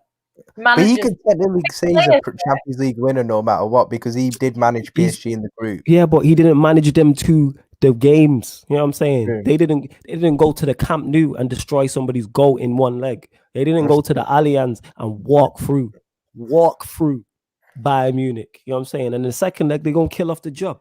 Man, like King Killian. Get me? Hashtag Maurizio Masterclass. Read my lips. Maurizio Masterclass, people. Why are you laughing? You know what? I'm not looking forward to if Man City do beat Dortmund and then we get to play Buddy Patch. Oh, yeah. I'm on your case every day. I'm gonna have to just like I'll see you after the final. Every day. I'm messaging you every day in that. Every single my Baba did a phenomenal lineup, but that's besides the point. Every day I'm messaging you in. If you get through, against PSG, Jan City, look at me when I'm talking to you in. Every single day without question. You understand what I'm saying? Just sending you hella voice notes, just being like, he's magic, just for no reason whatsoever. Like I did to Statman and that. Big up my guy Statman Baines, because I give him bare shit when PSG beat Bayern. I give him so much shit. Like I messaged him on WhatsApp, I DM'd him on Insta, I added him on Twitter, like the whole nine and that. But no one wants to see Maurizio. Nobody, not a soul. Yo, big up, how do you say Tildy Cole? He says, love from the Netherlands. Yo, where in Holland you watching from? Big up. Let us know. What's he saying over there? Are you in Dam? Please let us know where you're watching from. It's a mad thing. Not only one city in there. Yeah, but I'm just hoping it is for when I go out there, innit? I got someone who can be like, yo, go here, don't go there, etc. Because there is a plan to go Amsterdam, innit? So I'm just trying to see what's what. That's what it is. And do Sarcasm City Sports Q&A out in Dam. You could have like the river behind us and that. You look for it. Ryan, high as shit for real. Even though he looks high as shit now. You always look high, You always look high as shit, fam. I'm telling you. Does. All the time and that. Hey, Lauren, shout out to Lauren. You get me? Teams out here in 9th. Poch he did miracle. He elevated them as a club. He got Spurs to a Champions League. Yeah. Tottenham Hotspur to a Champions League. You know what? He did as well as your greatest ever manager. How about that? I'm saying Poch over Wenger in Europe. What are we saying? You know what? Poch did it with no signings. And he did there we go. Poch over Wenger in Europe. He's magic. I'm telling you. You know what I'm saying? Sorry, I give myself bad joking it. I'm not going to lie. Oh. Bra says, appreciate it. We'll be patient. Asking from NY the hat would sell here to take note is tough. Appreciated, man, innit? We got like all the merch, man. Love for that, bra, innit? And where in the NY, innit? What borough are you in? Let us know. I always ask everybody, people, and I like to know where everyone's watching from. Big up to you lot. Who's going out on Tuesday? Bayern Munich. I know. You know what I'm saying? And I'm fully aware. Right, a man called Nagelsmann, the German Sean Dyche, You lot are disrespectful. You lot are bad disrespectful. That is bad disrespectful. Cheers for that, though. I'm going to use that. You know what I'm saying? That is bad disrespectful. I ain't gonna lie. I like Nagelsmann, man. Yeah. It's a man's up. Dupe says, flawless, you had me thinking something wrong was with my... Now I'm just on one, innit? You know me, innit? Like, it has to be. Because once Poch... The thing is, I get messages when Poch loses in Ligue 1. You know what I'm saying? Like, look at him bottling the French league. Like, I don't follow the French league.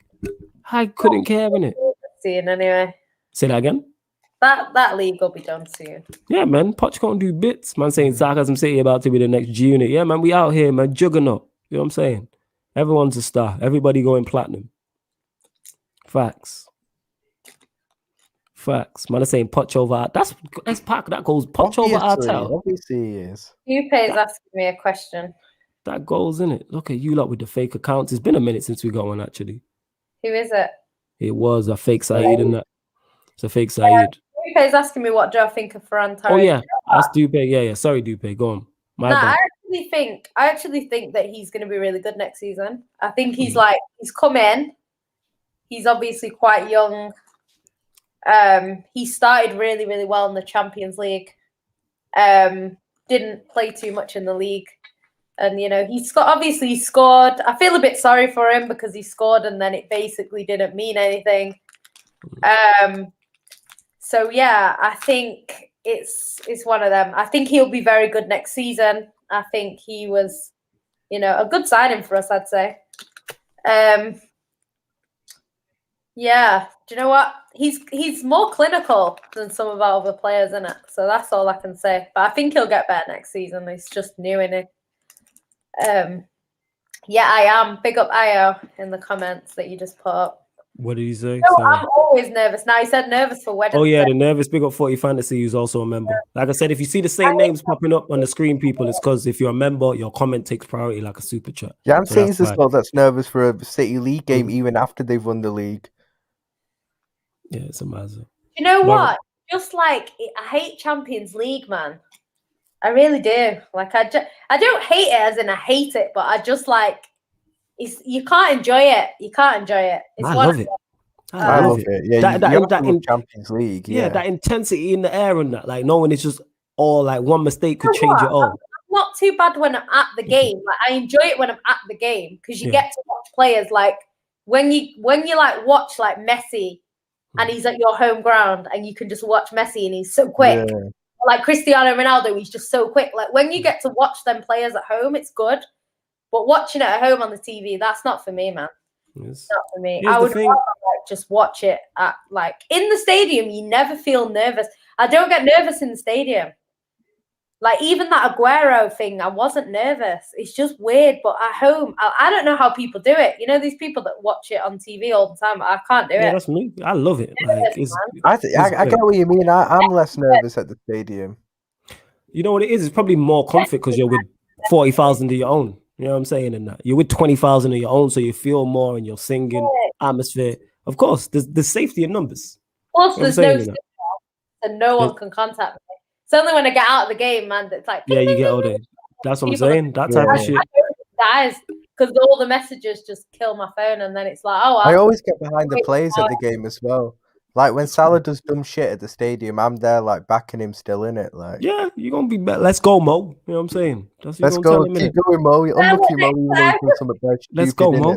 Let's go, Mo. You be like, even though if I was at home, I'd be saying fraud, get out of my club and stuff like that. Innit? Yeah, you don't want to say that in the cup, and you might not make it out. I get punched in it. Yeah, you don't want to make it out. I used to sit before, like the players can literally hear you.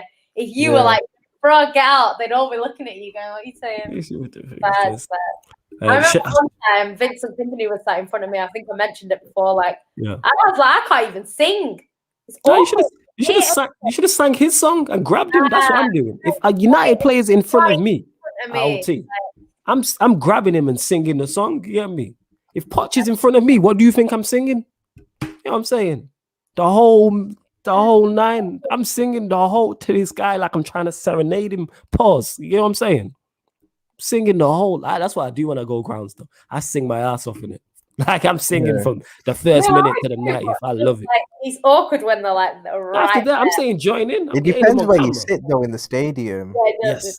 This is why when I go OT, if I'm not in the Stretford end, it's whack. It's terrible. Whack. That's because they like have certain like singing sections, and you get a lot of people that go to football who don't want to sing. Which, to be honest, like if I had a football stadium, I'd be telling people if you don't want to sing, don't come. That's what I'd be saying. Yeah, it's crazy. I'd want a good atmosphere because, like, it's one of them things. Like, the atmosphere helps the players.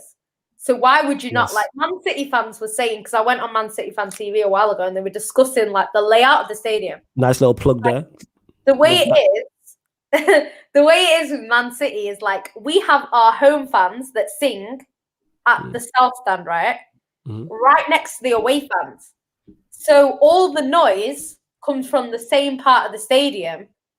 So it just, the rest of the stadium doesn't sound loud. So what they're saying is, why don't you put the away fans at the opposite end and then have like a Cop end or a Stretford end where it's your fans, mainly your fans. So then when they make noise from that end and they make noise from that end, the whole stadium is then loud. Yes. Rather than having one set, like it makes no sense. And now they're going to have standing seats, so obviously it's going to get louder because people are louder when they're stood up. Do you know what I mean? But it's just like it's stupid because you've got like the family stand, so like the kids don't really sing. A lot of the songs have got swearing in it, so a lot of the kids don't really sing too much. So it's like a whole end of a stadium where there's very little singing coming from it. Do you know what I mean? So it's just like the way it is. It's laid out stupidly, and then they get surprised that people say the atmosphere isn't great. It's like these are people who don't understand football. That's what it is. Like you said, if you want to have a family stand for the kids and all that type of thing, I understand, but that should be like a small like part of it. Surely you want the atmosphere better. Like a whole you want your ground to be you want your home players to feel like better, because then if the atmosphere is better, they're going to perform better and then you win more matches. Imagine what it's like as a footballer. You got 40,000 people singing your song specifically for you week in, week out. You're going to be gassed in that. I'm saying, imagine when Poch He's standing up and he just hears he hears that it's a rap. You know what I'm saying? And I'm on this dumb punch hype train in it. Like I'm going down with this. When he's managing someone else. Who? I said he's hearing it from the United fans when he's managing someone else. That's my point. Imagine how gassed he was about that. Imagine No, how but it's gassed. like, He would have like been what I gassed. said. Go on, Ryan. When you're at a stadium, like, you know, and a player's in bad form, you don't even like the player, and he's, you know, like I'm not the biggest fan of Salah. If Salah does something stupid, I'm still going to be singing Mo Salah, running down the wing to back him. Where, you know, I'm not like an Arsenal fan who boo their own players at stadiums, innit? So like, facts. I'd never do that at a stadium. And Davey Fisher made a great point because Lauren was trying to hate on my Don Poch. Poch joined halfway through a season. That's why Tuchel left and went to some shit club in London because he wasn't doing the job. But Poch joined halfway through a season. He isn't a failure if they don't win the league this year. You judge him on his... That's my point. I'm judging him more so, all jokes aside, when he starts getting his players in. So if he doesn't win the Champions League this year, I'm not going to be like a fraud. Give it 3-4 years, though. I've already said if you don't win it in 3-4 years, I'm looking at you different. You're not as good as I thought you was. I think you are that good. You know what, that's just me. Ravi, City ain't... I've been around the country to stadiums, and City ain't any quieter than anyone else's. It's just... Anfield's bare quiet on league games. On big games, the biggest like some of the games, like against Chelsea, it's mad loud in there. But when it's like a Burnley or something like that, it's never gonna be that loud. Liverpool against Burnley. But what people do is they go to one game for Man City against like Crystal Palace and then say, hey, Crystal Palace fans, personally, I wouldn't have that. No, like they're the loudest in the country, apparently. Oh, is it?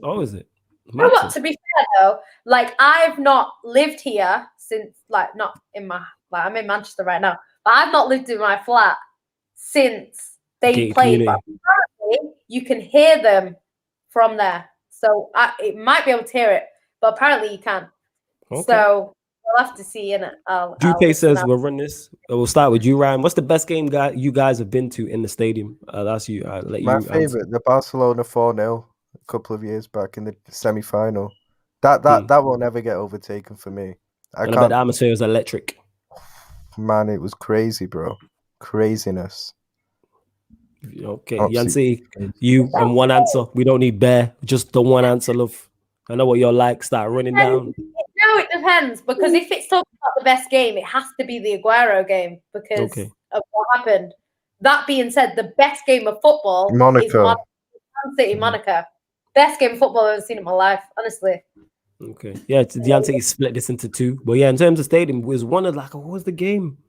It was one of the games. It was in 2008. So it was when United was on the road to winning the Champions League. And I can't remember who we played in. I think it was the quarterfinals because I went to the home leg of the quarterfinals. I went to the quarterfinals. I mean, the knockout leg, the quarterfinals, and the semifinals are the home legs of that entire run in that. So yeah, electric. Say again? Was it Cluj? Are you done? When do Cluj get in the Champions League, dickhead? I'm saying, look at you in it. It was probably Shakhtar Donetsk in it, but we move.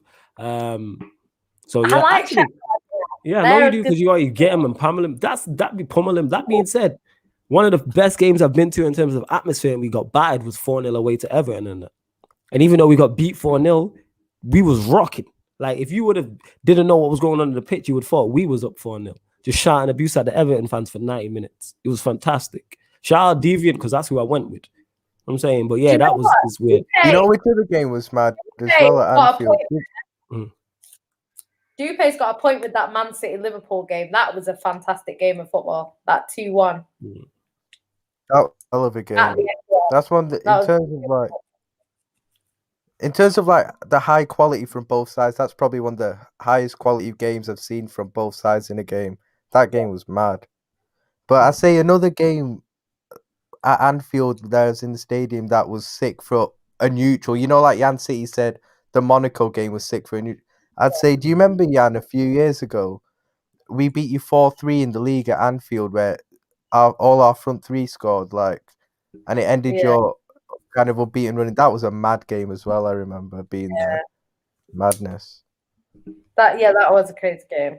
And yeah, Man City, the first half, Liverpool were on top. The second half, Man City played longer I think they could have equalised and got it to 4-4, but it was just one of them games. Good game. God, I was shitting myself towards the end of that game. I remember. Yeah, it was at the end. It was very like. Do you know what? Like, it's mad because all the City fans are saying, like, by the time we get back to football, we won't have any chance left because a lot of our chants are for, like, our, you know, like, you sort of Agueros and stuff like that. And they're all left. But it's like... Here's the thing, though. You just make new ones. Like, you just make new ones, innit? You know what I mean? Like, David Silva had the best song ever and no one ever sang it. The only time you ever heard it was on away days. But they just used to sing David Silva Ole at home. But like I actually miss chanting. Like I could not wait to go back to football and lose my voice. Bless you. Week. Thank you. Yeah, man. It's calm, fam. I got you. Zane says, I just give... Are you done? No, what are you laughing at? Because he sneezed. I didn't know he sneezed. All I heard was you say... Yeah, man. Because I've been paying attention and I'm making sure he's good in that. You know what I'm saying? He's calm now. You got cupcakes looking after him. He blessed. You know Zane me, says... I know you in it. That's why I don't worry in it. I never say, yo, Ryan, are you good? Because I know they'll look after you. Can you hear me more clearly because of the mic, by the way? Definitely. Yeah. You lot let us know in the comments. Can you hear Ryan more clearly? I know I can in the headphones and that. So, yeah, he sounds more clear in that. See, we told you we're going to upgrade Ryan's thing. You know what I'm saying? He out here doing bits. I just give Flawless his props about Poch. He sings the song so sick. Him and Saeed sing it all the time. I ain't going to lie. It's just hella catchy as well. I do actually rate Poch. The song just adds into it. You know what I'm saying? And like, I just like the song that much. Joined Man City after Pep leaves. Listen, that's not going to happen, innit? You know what I'm saying? Definitely going to happen, right? It's legit not going to, you know what? In the YouTube, it would, innit? And then there'd be bare clips of me singing the song and all them things there, innit? I'll figure something out. I'll figure something out. But by the time that gets to it, I'll figure something out. But you come in United anyway. After he wins the Champions League at PSG or treble or whatever, he'll get to United. To do a thing. I don't like all this negativity that you're putting out there. Ali signed the king, innit? Yeah, just signed it, whatever. You know what I'm saying? He'll be Pep next season in a one-off game, and he'll sign a new contract. If he says, Flawless, who is the most overrated player? What are you asking in the league? He's Egyptian. Hey, that's no way to talk about Mohamed El Neni, but we move. Flawless, who's the most overrated player? You have to, I'll get back to it, but let me know, like, what for United, in Premier League, in the history, like what we saying in it. I actually want to know. So yeah, let me know. Yeah, United songs are beasts. They all are. You know what I'm saying? And somebody said, was it Inter Milan? I think it was. Because like I said, I went to the quarters and then I went to the knockout round as well. I'm going to have to ask my sister because that's who I actually went with. It was mad. It's mad. Where we going? Let's see. Yo, you lot get the likes up on the video as well, man. Because do you know what? Bradley is always on point. Bradley is always on point. Why? What's Bradley said? Loving it. What's Bradley said? He's Portuguese, got Bruno for that. Here we go. MB, this is a good one. He says, Flawless, do you think Bruno will leave United soon? And if United and Oli can't convince him that trophies will be won, and will Pogba leave too? With Bruno, I don't think yet, simply because he's just got here. With Pogba, again, what adds into that is if it wasn't the pandemic and everything and everybody taking a hit, I think then it's more likely that he would leave because someone's stumping up the money. Not too many people can afford a Paul Pogba, just in general. Like United are looking, let's say ballpark figure 100 million. Anymore. I think he was on his way out, but yes. I don't think he leaves anymore. Yeah, so it's like he'll think that he can win trophies at Man United. I think that's the way he'll think. Yeah, with the way it's gone. Yeah. It's for he's saying Ryan is loud and clear like the L from Real Madrid. Yeah, you lot taking liberties and that. Let me unmute him, see if you can hear that. Yo, Ryan, did you see this comment? I think he's gone in it. He's gone to chat to one of his cupcakes. He'll be back. You know what I'm saying? You lot are wilding. Oh, in the history of football, you feel? That's a mad. You're gonna have to break it down, innit? In the history of football, that's wild. You know what I'm saying?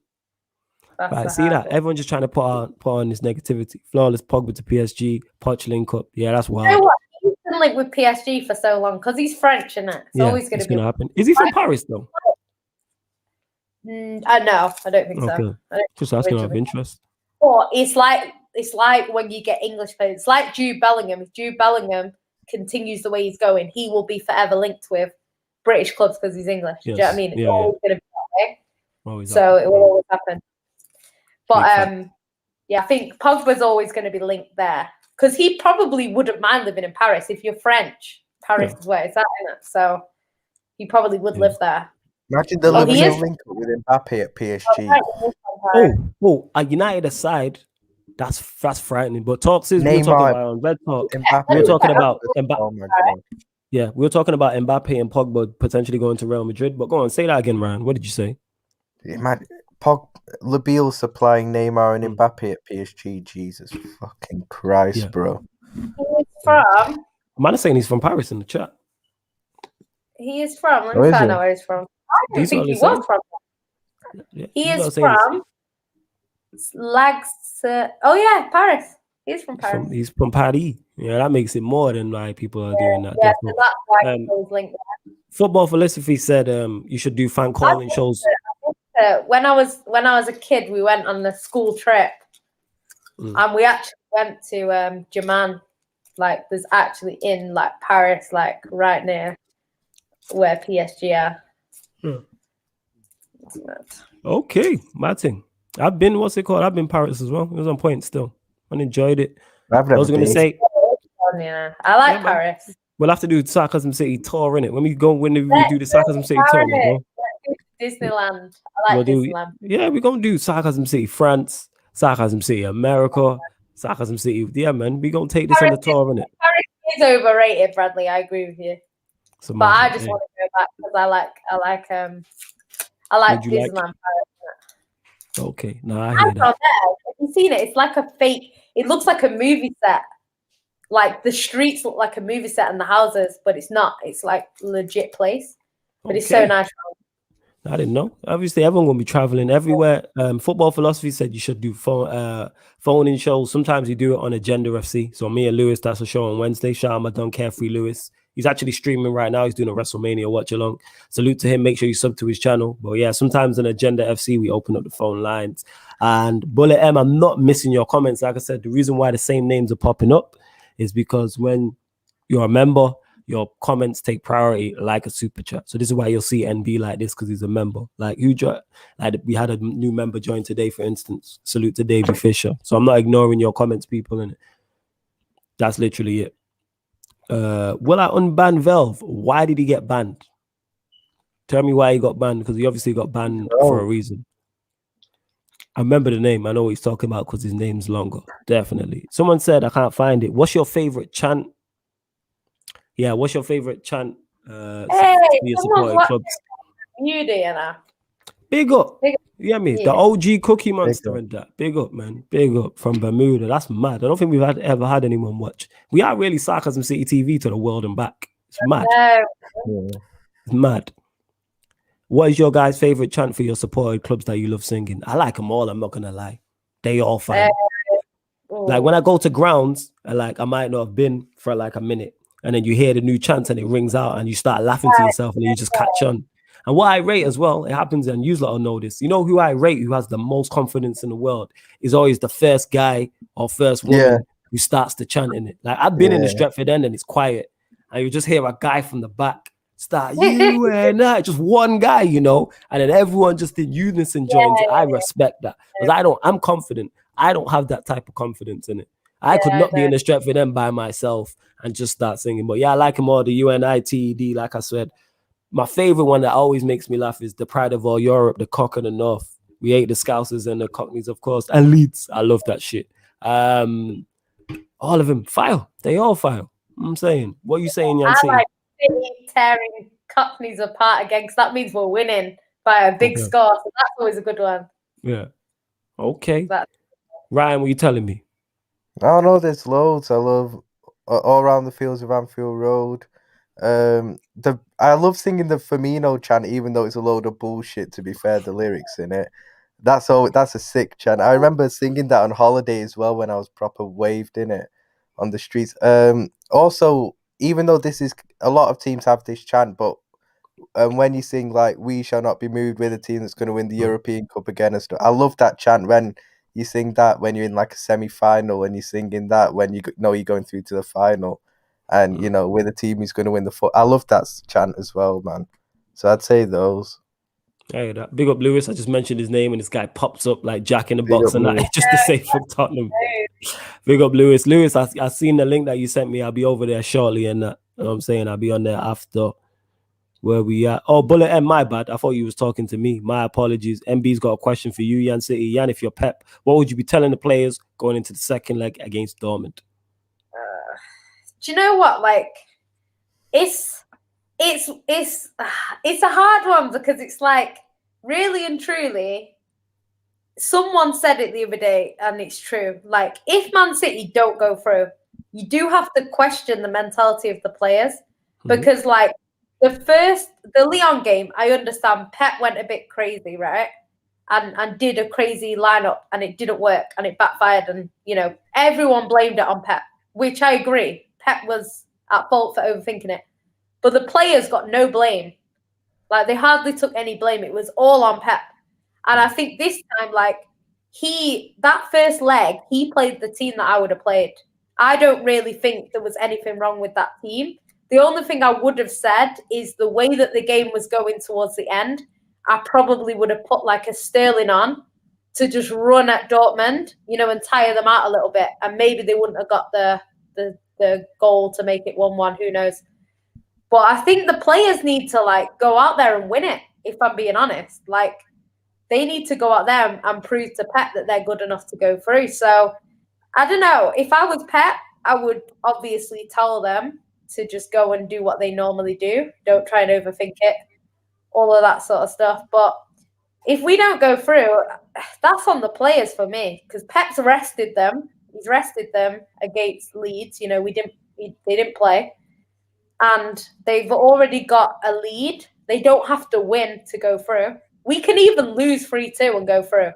So the players need to turn up, man. They need to turn up. So I don't know. I'd say there's not really much he can say. But yeah, I don't really know what he can say to them because clearly nothing he says works. So I don't know, man. Sorry, I just seen the private chat. I'm dying, yo. Oh, have you seen it? You see the private chat? Yeah, no, you said so sarcastic. Great. Wait. Why am I? Wait, hold up. Fuck you, Ryan. What did I do? Who wrote in the private chat? Ryan. So why am I taking the blame for what Ryan put? Your duo. Why? Like when? Both of you in it. Why shots? But when I say something, you just happen to be in the crossfire, darling. Okay, but when I say something, Ryan don't get shot. It's all at me. Say again? Put your bulletproof vest on, innit? Yeah, I'm gonna go grab it still. I need to go put the vest on. It's ridiculous. That being said, Footy Fantasy says, Yan, what is Foden's best position? That's a great question. I don't even know, to be honest, because he's been, I think he's played okay in a false nine. I do think De Bruyne works the best in a false nine for some reason. I think against Liverpool, he was on the left, right? He was on the right, I think. Didn't you change it to 4-4-2 that second half, from what I remember? You changed the formation in that game and you battered us second half. When Alisson fucked up, innit? After you finish that, answer that question back in 1 when he's out there, do you know what? He's good in the middle as well. I don't really know. I don't think even Pep really knows. I don't know, because he played really well against Mönchengladbach, and then he played in the same position against Dortmund, and he was doing everything right. It's just the final shot wasn't great, because he was. Even me and Flawless were doing the watch along, and even Flawless was going, whoa, and I was like, what? And when I'd see it, he'd be doing like all these tricks and stuff like that, and you know, the finish wasn't the best. Obviously, he scored in the end, but you know, he missed quite a few chances against Dortmund. So I don't know. I actually don't really know. I just think Foden is just unreal, man. He's unreal, man. Different confidence that he doesn't care who he's playing against. Like, he just. I'd have said he's the best young English talent. I think he's the best one personally. I'd love him, man. Ryan, what is Curtis Jones' ceiling? World class or very good? I really like him. Like, he's a player that I really like. He's got loads of talent. I can't. To be fair, if Salah can be seen as world class, then Curtis Jones probably can. But like Curtis Jones, I'd say more very good rather than world class. I struggle to see him getting to a world class level, but guy's got a lot of potential about it. That if he got run of games, good coaching, which I think he will under Klopp, then he can definitely make it far. But I think world class, the way I see world class, might just be a bit of a stretch maybe for him. But I really like him still. He's a really good player. Fair enough, yeah. Bradley says his favourite chant is a generic one, but it's the one where the fans, the winning team goes, "They're fired." You know what the best chant is? That's disrespectful. I didn't know teams did that. Tottenham win the league. Have you fuck? That's the best one. That's funny. That one. Yeah. Do you know what? I remember we went to White Hart Lane before they revamped it, the old one. And Man City got beat like 4-1 or something, and we were just singing the whole time. Have you ever seen Tottenham win the league? Have you fuck? Just make the whole day. The best is where you can sing to Arsenal. Now, the best is where you can sing to Arsenal fans, "Where's your European Cup?" Well, we can't sing that one, innit? Yeah, so we can sing it to City still. I can't wait, man. Like I said, it's just great just shouting abuse at rival fans and just rival players. It's kind of like this. It's so good. It's therapy setting. True. You know what? It really is. Like, I thought that. Where's your European Cup? I love that. Yeah, and it's the shamelessness of it as well. Like, it fits right in. Like I keep saying it. I seen United lose to Everton 4-0. I had a ball that day. Despite the game, I had a ball, and we were shocking. Like, we were abysmal in that. But singing 4-0 and you still don't sing was great. It's better because even if you lose, you can have some banter. Like when you're at home and you lose, the only banter comes through your phone and it's aimed at you. At least when you're at home, you can be like, "Yeah, fuck off, you wanker." Yeah, like, especially away games. Like, you have away games I've gone to and Man City haven't even won. I don't care. My mouth is still running. You're running the gums, isn't it? Running the gums. Comment what people in the actual thing, like when people go, "Hey, you fat bastard," at some poor girl, and then it's like, "Oh, who's that fat bastard in the pig?" And it's like, nah, it's funny when an ex-player comes back as well to play against you. The amount of shit you can give him as well. Oh my God. We really are shameless, and I think that's why this translate onto camera, because you can just be shameless, in it. That's what it is. Like, just hell of abuse. I love it. Nothing better than being in the Stretford End. I've been in the Stretford End, like high up, like not even great seat. And it's like, yo, man just enjoyed for 90 minutes just shouting abuse at players, you know me, at rival fans and that. It's great. And then when they respond as well, it's all a part of it. When they go over to collect the ball, everyone's like, "Oh, you fucking wank." Yeah, it's giving him bare shit. And then Electric came to celebrate in my face. I was like, "Fuck out!" Like, I was cussing him out differently. They hear everything, dude. Well, you got it that day. I thought, "Nah, that's respectful, man." Because that's the same shit that I would do if I'm a player in that and I score. I'm going to the away fans every game I go. Every game. It could be, I don't know, it could be Cheltenham. I'm going to the away fans at Cheltenham and that, giving it all this and that, doing the Vinicius and all them things and that. You know what? I missed some good games though, because there was a game where we played. I can't remember which game. Was it Bournemouth or someone like that? Somewhere down south anyway. Yeah. And Man City won like late on. It was when we went on to win the league, but I think Raheem Sterling scored late on. Yeah. And Aguero and like Sterling went into the crowd, so all the fans are like hugging him. People are jumping over the barrier to like give him a hug, and all the City players went in.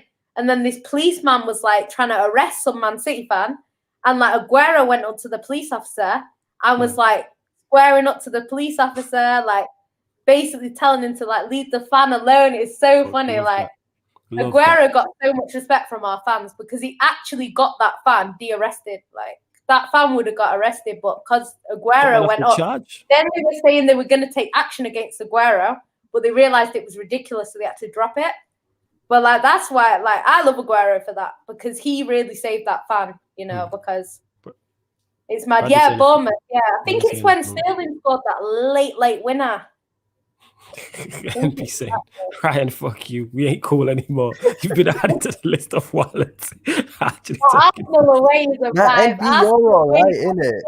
You're all right, but there are some you know, fans like NB, Cam, Zane, they're all right, innit? They're Arsenal fans alike, but there are some, man, that honestly, man, just annoy the hell out of me. I ain't gonna lie. If there is an away day, when you go Arsenal away, their fans are so nice. Like every time I go Arsenal away, their fans treat me like I'm an Arsenal fan. Like every time I go there, they're like, you can see I've got my City shirt on, and because I'm on my own, they're always dead nice. Like I don't have any issues at Arsenal. I actually like going there. You feel safe.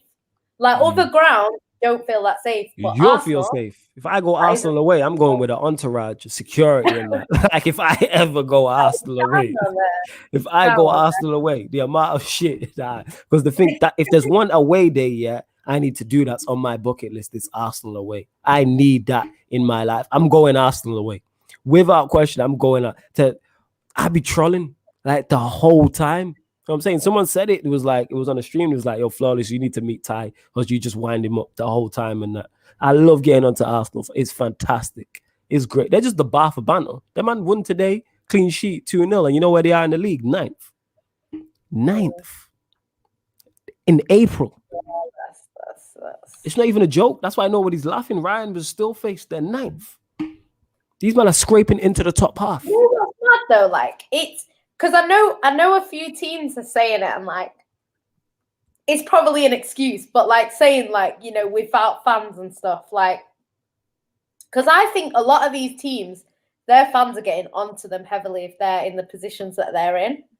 And I'm not saying that Arsenal haven't had awful seasons, but like, are they normally this bad? And do you think they will be that bad if the fans were there? Because I don't think Arsenal fans allow them That to type get of away shit, with yeah. the results that they've got. Do you know what I mean? Like, Arsenal kinda fans like boo at their the start players, of the man, at season. stadiums.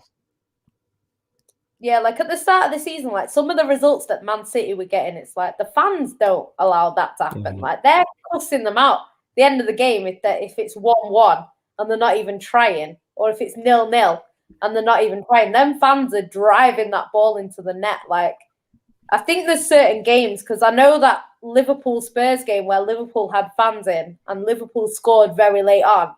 And it's like, I'm not saying that it's just because of the fans, because I think Liverpool probably would have won anyway. But I think the fans being there probably contributed to that late winner, if you know what I mean. So, Of course. I don't know. Course. I just think it's thingy. MB says, Flawless, we'll answer the last few questions. So get your questions in now, people, before we close up. And let's get these likes up because we haven't even hit, according to my thing, 40 likes. You say, oh, Trafford, they ain't going to Get a do likes shit, up. man. They give you death threats. They come into your face and start saying things like, die, bitch. And then you just don't really. die. Here's the thing is, when you go on OT, because not only is there bare police on the roadside, it's cameraed up. No one is really doing you anything. You know what I'm saying? As long as you don't get caught on it. To be like, fair. just stay with your fans. That's what you have to do. The safety in numbers. Just stay with your peoples and you'll be all no, right. I've never been Old Trafford. I've been there, but I've never been there. Look at you. Like missing out. Yeah, look at you both missing out. It sells out in like half an hour. Like facts, as people know how great it is, isn't it? Coming to the greatest stadium in the country. But you know, we move. Flawless, do you think Luke Shaw is all on loyalty, innit? So like the only way I would get to go to Man United is if like I'll take you down and don't worry. Said they don't want to go. Now I could go like in the United end if I wanted to, but I'm not going in that end because there's no way if Man City score, I'm not celebrating. You would cheer. There's no way. My head is not getting kicked in if I celebrate a goal. I've seen it. Like that's why I love football so much because I saw some Man United fan get their head kicked in, and that's when I decided I was gonna go to football every week. It was the best thing ever. I was like, yes. People are idiots. Here's the thing, though. I've been to the Etihad though in the City end. I've been when you played. Crazy person. No. You were playing in the Champions League. You was playing Madrid. You know how long ago this was? You know who was managing Madrid? Mourinho. So Ronaldo was there. It's 1-1. Benzema scored because my boy is a season ticket holder. Yeah, and he was like, "Do you want to go?" And I was like, "Yeah, why not?" I was like, "Yo, the excuse to see Ronaldo." I was like, ironically, the last time I see Ronaldo, what I liked about you is you lot was singing "Fuck off my radio," and then he did this to the crowd, and I love that, yo. Just giving him bad shit, yo. Did you see that time when City fans are cutting out Neymar? What was it? What was it? Neymar. Like, you know what? Neymar can never be linked to Man City now. Trust me. What did you say to him? Some City fan said something in Portuguese and he was kicking off. Like they had to like hold him back. Some City fan was just cussing him out. But I think he was calling him a crybaby or something and going like that. And like, he wanted to go for the guy. Like, he actually wanted to go for him. I was just like, nah, there's just no way. So Mazza, Flawless, do you think Luke Shaw is the top 5 best left backs in the league currently this season? Yeah, even though left back stacked, because you got Shaw, you got Cancelo, you got Tierney, you got Robertson, you got Digne. Am I missing anyone? You got Reguilon, even though he got spammed today. That's like 6. But yeah, I'd put him in the top 5. Yeah. He's been very good. He was good today as well. Now, I've been to Old Trafford today. I went in the Ronaldo room. It's very cringy. Have you been in the Ronaldo room? The Ronaldo suite? No. It's so cringy. It's weird. It's like some grandma's house. There's like all this dodgy wallpaper, and then it's got pictures of Ronaldo and like Fergie all lined up the wall. It's really strange. Goats, innit? Goats, no goats. Like, it's weird. Nippon says Arsenal will end up relegated if they open, so you can just raid the bar. She's just a hater. Arsenal will end up getting relegated if they keep trusting this non-existent process. That's a fact. That's a fact. I hope so. I'd love to see Arsenal get relegated. Lord, I'd do a 24-hour live stream. Hilarious. I'm telling this now. Use like now. I don't think it's happening, but I would do a 24-hour live stream. Probably 48 hours. I'd do a 48-hour live stream. Yeah, probably a 48 hour. Yeah, they won't get relegated. Come on now. No, I can dream though. This is a good question. I like this question.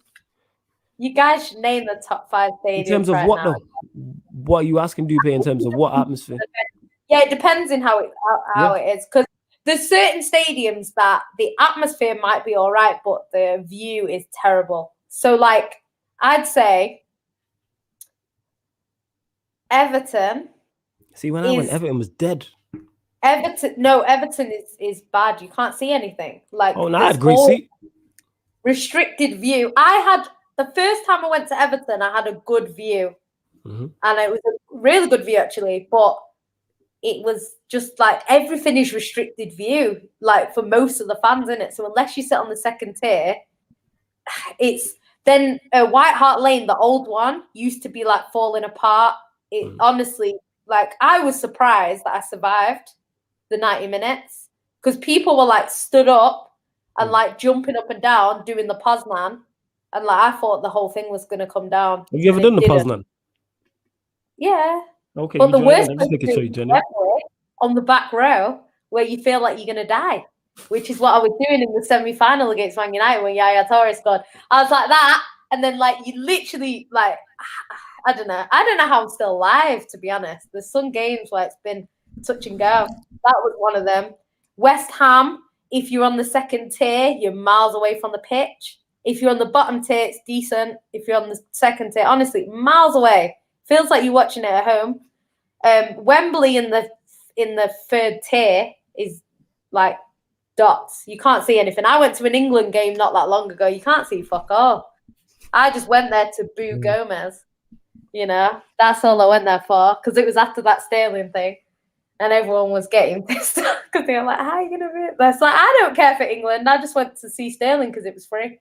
But yeah, there was also like Wembley's good though in general, but when you're at the top at the back, the view ain't great.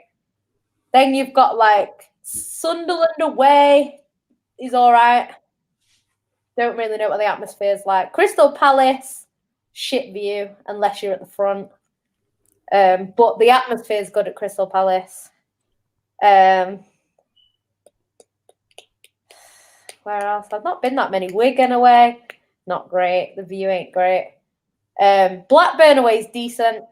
The view, the atmosphere, everything's decent. Bolton away was not too bad. They had quite a nice stadium. Don't know, you know. I've not been that many away days. It sounds like I've been to a lot, but I actually haven't. I've never been to Newcastle. I've never been to one. I heard Newcastle's terrible though. Like the seat is like bare high up to get to. Yeah. But Newcamp's like that apparently as well. Apparently Newcamp yourself. Way I heard, Lewis was saying how bad it is. Yeah. Yeah, I've not really been too many stadiums, to be honest. Arsenal away, I like Arsenal away. I actually think it's all right. It's just banter. Honestly. So banter, you lot crack me up. Big up MB. What end on this? I hate Chelsea away. Chelsea away is really bad. Yeah, like, there's so many security guards. You get checked about 1,000,000 times before you even get in, and then when you get in, it's dead tight, and then you just like everyone's like crowded in, and it's like it's not as bad as Crystal Palace because that's literally like there's no space to breathe. But yeah, like Chelsea's not great. The view is okay, I suppose, depending on where you sit. But yeah, it ain't all that. Man, he's actually saying, yeah, just overall look outside and in. I hear you. I don't even know grounds like that. Tottenham's new stadium is unreal from the outside. I've not been inside it. Yeah, second only to O3, but we move. Go on. Looks very nice. From the outside, it's very nice. Arsenal's is a nice stadium. Man City's is better than people give it credit for. Man City's is actually that's better, but you know. It's not though. Yours is like don't look good from the outside, if we're being honest. Ours looks absolutely phenomenal, but haters gonna hate. Selhurst Park is like that. They need to redo that, to be honest. They need to get rid of Sainsbury's, even though it's my local shop. They need to get rid of that, knock it all down and start again, if we're being honest. Where are you gonna get those drinks that you have if they close? Well, the naked juices. Yeah. Do you know what? I don't even shop. I shop at Tesco and it's down the road. She's lying. She's got the Costco's and that. Nah, Costco. Flawless is Egypt. You know, speak that bullshit energy into existence. You've been added to the wild list as well. And 24 man to get grey hairs. MB says, Flawless, would you take Eze at United? I've not seen enough of him, so I can't say, but he looks good. I'd take him over Salah. I think you take yourself over Salah at this point. I think Jan City's got a shot over Salah at this point, and she's terrible. So, you know, we move. I went to go to Burnley away one day, and Man City didn't sell tickets on the day because apparently they don't sell tickets on the day. So I couldn't get one, but I was going to go. Old Trafford. I was outside Old Trafford yesterday. Trust me. Phenomenal, absolutely phenomenal, people. It's magic. Well, yeah, Burnley Saeed is scared of it. I've never been Burnley for an away day. Yeah, I've been Burnley. You know what? Realistic Man United fans will say, when they're not biased, they'll say the Etihad looks better than Old Trafford. Yeah, because it does. Okay. It does, though. It does. All right. Yeah, sure. Hey, Flawless, show us your hair. Nope. Shadow line. What do you mean, shadow line? But yeah, I think that's it. Ready to close out the show. Big up to each and every one of you who have locked in. We're back tomorrow, Sarcasm City TV. Going to talk from the Arsenal at 10. So Cam will be back talking the win against Sheffield United and obviously previewing their massive game against Slavia Prague second leg because it's 1-1 going into that. So that is 10 p.m. And then Tuesday, Man United, myself, hopefully JV will be back. And then there's an upcoming live stream section. So I'm literally going to be setting up all the shows tonight, people. So yeah, make sure you lock in. I'm not sure if Jan City is doing a watch along for the Manchester City Dortmund second leg game because she was just on. Yeah, she's not.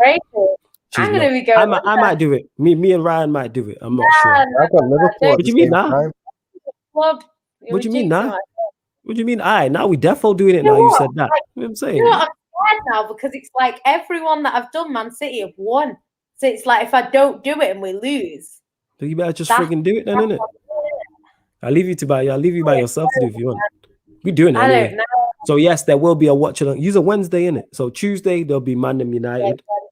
Wednesday you will get the Dortmund versus Manchester City second leg. Then Thursday you'll get Man United and the United versus Granada game. And this, at the same time, we did this, innit? Let's give ourselves props. Who else do you see out here doing it? We have 2 live watch-alongs running at the same time, like BT Sport 1, BT Sport 2. So not only will you get the second leg of Arsenal versus Slavia Prague, you also get the United versus Granada second leg at the exact same time. So whatever you want to watch in it for your viewing pleasure. And not only do you get it on the YouTube, the Arsenal game goes live to Cam's Twitter. So you might want to watch it on Periscope. If you want to watch the United game, it goes live to mine. Or you can watch it on Facebook. Where else are you getting these options in that? And it's going to be stellar, star-studded casts as well. Come on, man. And then even better than that, Friday, they're returning because it's been like 2 to 3 weeks. Gyardem City meets Mandem United on the Friday. So me and Jan City will be recapping City going out to Dortmund, hopefully. Look at her face. United going through against Granada. King Killian, hear me, putting out Bayern with hashtag Maurizio Masterclass. We out here, people. And then Saturday, if she's feeling lucky, you might get the 2 Black Queens back together in Yan City and Rose. And then we go again. We out here, people. I You thought doing that a was a midweek Q&A as well? I forgot about. See, there's so much I'm forgetting, and that's why Ryan is my guy. We got the midweek Just remember, Q&A if Wednesday. Liverpool somehow get through against Real Madrid, just watch the Q&A, guys. Yeah, Just but that's wait for being the said. Q&A. So as well as City. use Tuesday. What? I use they're Tuesday. Now we're Wednesday. We're We Wednesday. Wednesday. City Tuesday. Yeah, so with Chelsea on Tuesday with Nah, Yeah. City and Liverpool are Wednesday. Right. I really want to watch you lot go out. I might watch. You know what? If Yan City's on, if I'm on the City Dortmund with Yan City, I'm gonna watch. I might watch the Liverpool Real Madrid game, just to see Real Madrid go out. I mean, Liverpool go out. So I'm nervous in advance, man. I even took the day off work. I'm not even I'm not even nervous for it because I know we're going out in it. So like, you know what's mad though? Like, you know what's annoying? Like, whenever Man City like lose, all these people just text me. Like, it's so frustrating. Like, don't text me because I don't text no one when Man United lose. Like, I don't text no one. yeah, you just come on here and tell everyone on Twitter and I'm here how shit. Have you ever had? Here's the thing, because me and you don't have that type of rivalry. When City lose, do I ever message you? We don't really have that. Yeah, like there's some guy from work who doesn't even watch football. He's like, yeah, I couldn't name 5 Man United players, but he texted me. Yeah. When we lost, it's like, come on. But now, you know when I am gonna text you, because if what happens in the Champions League is gonna happen, who do you have in the next round? In it, Killer Killian, the Magic Man himself. I am messaging you every day. Every day from when that week starts, you are getting it. I'll be like 4 days. You're getting a message, a voice note, the whole 9 in it. She's getting everything. What you need Bayern Munich to go through? Who needs Bayern Munich to go through? I do, with my sanity. Bayern Munich are not going through though. You know what I'm saying? But really, if you're smart, you want you to go out to Dortmund because you don't want to face PSG. You don't want them problems. You don't want them problems in it. I don't want that for you in it. Because we're friends, Yancy. I don't want to see you go through that in it. I don't want to see you get moved to by Poch. Let's say you lose. When do I ever go in on you? Like, no, 1 sec, Ryan. I just don't, Yancy. I don't want to see you go through that. I don't want to see you face Poch and Killian and Neymar. I don't want that for you in it because we're actual brethren. You know what's gonna happen, right? You know what's gonna happen, right? What's gonna happen? Killer Killian against Christensen in the bloody Champions League final, and Christensen's gonna come out on top, and your agenda is gonna be finished, and your Pochettino is going to be in the mud. That's what's probably going to happen. That's not going to happen because he's picking up the trophy in it. You know what I'm saying? But go on, Ryan. Sorry, I didn't mean to cut you off. Go on. Like Yan City, I never go in on it, even though City don't lose a lot in it. Like, I don't go in Yan City when City lose. And in fairness, when Liverpool win, she doesn't go. When Liverpool lose, she doesn't go in on me. In fairness, so like, yeah. Do you know what's mad? We've lost 4 games all season, no camps. You know what's mad though is that you say that when United lose, you lot are both onto me hella laughing and that on the Q&As and that. That's because it's part of the fun. No, is it? It's fun when it's not you in it. You know what I'm saying? And that. Yeah, of course it is. At the moment, City have lost less games in the season than what the Arsenal Invincibles did. That's true. Ifyo, I'm here, man. You know what I'm saying? That's just not happening. Will I be here on Wednesday? Yes, because it's Sarcasm City Sports Q&A. But PSG going out, it's not happening. Someone's got a what? Go on. That's a great question to end on. You know what? City have got the Champions League in the bag. Let me say a free, and the only reason why it's a free is because we actually have a defense right now. That's about it. The rest of them, because of the 7 players, who would probably do something wrong. I told all you guys, Yan City's the biggest jinx going, Liverpool jinx. She said, Liverpool will go through against Real Madrid easily, just watch, How do you know you're not going through? Because I know my team and I know we're not going through in it. Mm-hmm. I can see with my eyes I've got a brain in it that I know they're not going through. Against Real Madrid, then I'm sure Firmino can score 3. Ryan doesn't have to respond. Ryan just looked at you in complete befuddlement, like, what the fuck are you talking about? But City have got the Champions League in the bag anyway, I think. Nippin saying Madrid will bottle it at Anfield. Nippin, why do you think that? And MB, let me know what your question is about Poch. Let me know. I missed it. Let me know. I do think that was interesting, though, because I think if they if I don't know if they go through against Liverpool, say they go through easily. So say they go into the second leg and it's like, I don't know, 3-0 or something. Then like I can't see how they then go out to Chelsea. I agree. Do you know what I mean? If they do that, I don't see how they would go through against Liverpool and then not go through against Chelsea. Do you know what I mean? So it'll be interesting to see what happens on that side of the competition, because it looked like it was going to be, I thought it was going to be a Liverpool-Chelsea semi, to be honest. That's what I thought it was going to be, and it's not looking... jinxed us again, innit? Facts. Nah, I can't jinx anyone. Nah. Yeah, Adrian Yan City, you know? Yeah, is I can't jinx anyone. Like, never, No. what I say happens. Really happens. Yeah. I've got, Yeah. like, I got the Man City result right. I thought we'd beat Dortmund 2-1. That's what I thought. And then in the second leg, I thought we'd draw 1-1, which obviously would put us through.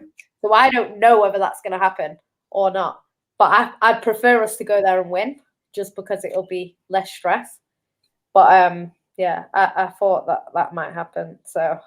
Yes. And someone else said, wait, before we finish, Ethiel says, I will get onto you flawless if PSG go out. I'm here. Like, win, lose, or draw, I'm always here. You know what I'm saying? Like, I'm always here. But when he goes through, talking about Ryan being him, I am going to be fucking unbearable. I'm unbearable anyway. When King Killian, yeah, goes, look, see, I see he's shaking her head already, and she already knows what's going on. He doesn't play for Manchester United. I know he don't.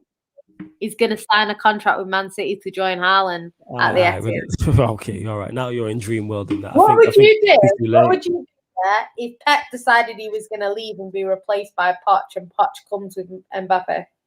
I'd be like, yo, I'd be like, they're both dead. I'd be like frauds. You know what I'm saying? And I'm doing a full 180 and that. I'd be like frauds, hella overrated. Haaland over Mbappe, Poch, never won nothing. I'm doing a full 180 and that. I'm shameless. To be honest, Akin, to be honest, like, yeah, actually, fair enough. Like, Virgil van Kabak. Yeah, exactly. That's why we're going out, innit? That dopey Kabak keys. The thing is, I don't VAR Barcelona. There's no City hype. Man City have put themselves in the conversations that they're in by being successful over the past couple of years. There's no Man City hype. People are just giving Man City the credit that they deserve for doing what they've been doing. And Akin, in terms of Diaz, to be honest, I get what you're saying, but actually, what happened in that challenge actually put Haaland off, so he didn't actually score. That being said, fair excuse is that. I saw that Haaland he said he was bodied by Haaland. Oh, I can't believe I've just heard that. But Diaz is the only person in the Champions League that has stopped Haaland from scoring. Haaland scored in every single game that he played in the Champions League. That's the only game he's not scored in. What have I missed? By someone like that. Why is Ryan dying, yo? Akin in the comments said Diaz was bodied by Haaland last week. Do you remember when Haaland bodied him to go through? Yeah, actually, when you look at it again, Diaz put him off. Now look, Diaz did enough to put him off his stride without fouling him. So do you know what? He actually did that. If you watch, the thing is, no, I'm not going to say that. I'm just saying that Haaland is the only Haaland has only not scored against Man City. Every other team he's scored against. I'm not saying he's not gonna, because I think he'll score in the second leg. But you know, Diaz did all right in that game. I wouldn't say that. I don't even think that was Diaz. I don't think that was a good game from Diaz. I thought City were okay. I didn't think they were great. But I thought they did enough anyway, which is good, you know. So yeah, I don't know. Well, in the second leg, I expect him to score. It's Haaland. And then you look at arguments who can even have Vinicius in their pockets. Who made Vinicius look like bloody Ronaldo. Kabak was your best defender that game. He was better than Trent. He was better than Nat Phillips. He was better than. He wasn't at fault for one of the goals. MB says, "Why do people disrespect our dumb Poch about he's only good because of Mbappe and individual brilliance? Do these idiots forget what he did at Southampton?" Hella said, "Yo, haters gonna hate, man. That's what it is, MB. Haters, when you're great, like you are, MB, like I am, like Poch." People gonna hate, innit? Like, that's what it is, like a Ryan. Don't worry, we're not gonna hate Poch when he joins Man City after Pep. Right, I don't like how you putting this energy out there, innit? You putting this negative energy on my Poch. Listen, yeah. It's nailed on. But right, we're gonna close out the show, people. Love to you lot. Big up all the regulars. Big up if you're Now, new Haaland here. is unreal, Ryan, guys. Love Haaland. Ryan, any lasting thoughts? Anything you want to plug before we dip, etc. Anything you want to add? Yeah, man. Remember to catch me on Bits and Bobs' channel on a Thursday, normally around 10 p.m. for the Liverpool show. Me and 4 other guys, so that's quite good. And yeah, just remember, man, if Liverpool aren't going through against Madrid, I know we aren't. But if we do, make sure you tune into the Q&A that night. I'll say that. Q&A is going to be lit anyway, innit? Because Poch, when he knocks out Bayern and after knocking out Barca and Messi, you know what I mean? Like, out here. The lovely Yan City. Anything you want to add before we bounce, or anything you want to plug? Poch 2025. I'll see you then. You know, until then, Poch ain't downgrading. He's been a manager at Spurs. Anything after Spurs is an upgrade, guys. But anyway, do you know what? I forgot to slander Spurs. It's all right. We'll get to that. Spurs slander will come. We got Wednesday. You know what? Wednesday. We got Wednesday. It's calm. We got Wednesday. It's after the event, man. It's after the event, isn't it? Yeah, who cares? Nah, there'll be something new. You know what I'm saying? Right. Anything else, Yancy, you want to add before we dip? Anything else? I guess. Stop hating in the comments, innit? Stop hating. Yeah, she's done it. Ravi says. Just carry on, flawless. I didn't assume that Poch. I got Pep. Like the only reason I'm saying Poch after Pep is because if Pep wants to leave, she just wants to wind up me in it. To the best available option, so we'll have Poch. But Poch ain't better than Pep. Poch over Pep all day long. But Ravi says, get a Liverpool show on Sarcasm City. We're working on it. We are working on it. Is it? Say that again? Tell him to put his medals on the table. We're going to get that, but let's revisit that conversation, innit? When he wins the Champions League before Pep. You know what I'm saying? But we'll do that. Champions League twice, so yeah. Twice, years ago, innit? We don't care about them ones. You know what I'm saying? You already dealt with past Pep with Messi. Messi's boy already got it. Ask his boy in it. Ask his boy in it. Tell. Yeah, that's Spurs in it. That's Spurs tax. Tell Pep to help his boy Lionel in it and ask him about Poch. Get knocked out, it wouldn't actually really surprise me. Like, I wouldn't be like heartbroken or anything like that. I'd be annoyed, but I wouldn't be heartbroken. Yeah, she's taking liberties with this. See how she just does that to wind me up. She don't even rate Poch like that. She's just being a dickhead. You know what I'm saying? Look at her face. She's just being a dick. Yeah, whatever, man. She's being a dickhead, innit? But we move anyway. Love to you lot who have locked in. Big up to my G Ryan. Big up to the lovely Yan City. Big up everyone who's locked. Like I said, Arteta's going to be a manager and a half in the future. Honestly, I'd take Arteta, not you. He's really right. We move. Yeah. All right. On that note, we're gonna leave out anyway. Right, we're back tomorrow, people. Going to talk from the Arsenal 10 p.m. Cam and the Arsenal gang, obviously talking about the Sheffield United win and previewing the Slavia Prague game. The upcoming live stream section is there. I'm doing all the shows tonight, people, so the work don't stop. Also, this show and all the other shows are available as audio-only platforms as well. So SoundCloud, Spotify, iTunes, wherever else. Jesus Christ. Wherever else you want to listen to it. If you want to listen as audio only. You know what I'm saying? And that. You lot are wilding in that. Yeah, she is broker. So triggered. You know what, Bullet? Yeah, Ollie will sign another 5-year contract when Pep leaves and Poch comes in, isn't it? What were people triggered by the Poch comment? Is that what it was?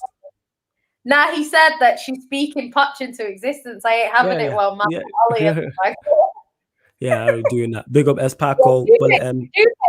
Dupe. Like, the thing is, people, let's be serious now. People that aren't Champions League can't be bantering my club for going out of the Champions League. Like, I'm not having that. Like, we can. Yeah, me watch us. We can. It ain't working. I will. Like I said, wait in it. I'm saying actually, when you go out, because we don't have, like I said, that type of thing. Like me and you, we're not really like that. You know what I'm saying, because you don't really get onto me and I don't really get onto you. We just chat shit about other stuff. I think with me and you, we have so much other stuff to banter about.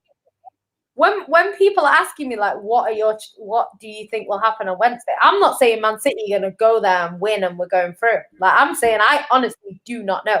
Depending on which Man City turn up will depend whether we go through. So it's one of them, innit? Yeah, years ago. He's just talking about City years ago. Pep winning the Champions League years ago. So hey, Dupe. Years ago, Dupe, I said you go through against Dortmund, didn't I? But then you just run into the roadblock that you don't want to see, innit? That's all it is. And Dupe, the same way I'm here for Yan City when that happens, I'm here for you too, my guy, innit? You know what I'm saying, innit? When you run into PSG, I'm here for you, innit? It's therapy settings for you, innit? You don't want them problems, innit? You don't want King Killian, Neymar. You don't want that trio turning up. You think we're a cold trio? That's a trio I wouldn't fuck with. Mauricio, Mbappe, and Neymar. Come on. Ran too well to end up like United. All right, but let's go anyway. Love to everyone who has locked in. This has been the Sarcasm City Sports Q&A on Sarcasm City TV. Thank you very much for tuning in. He's magic, you know.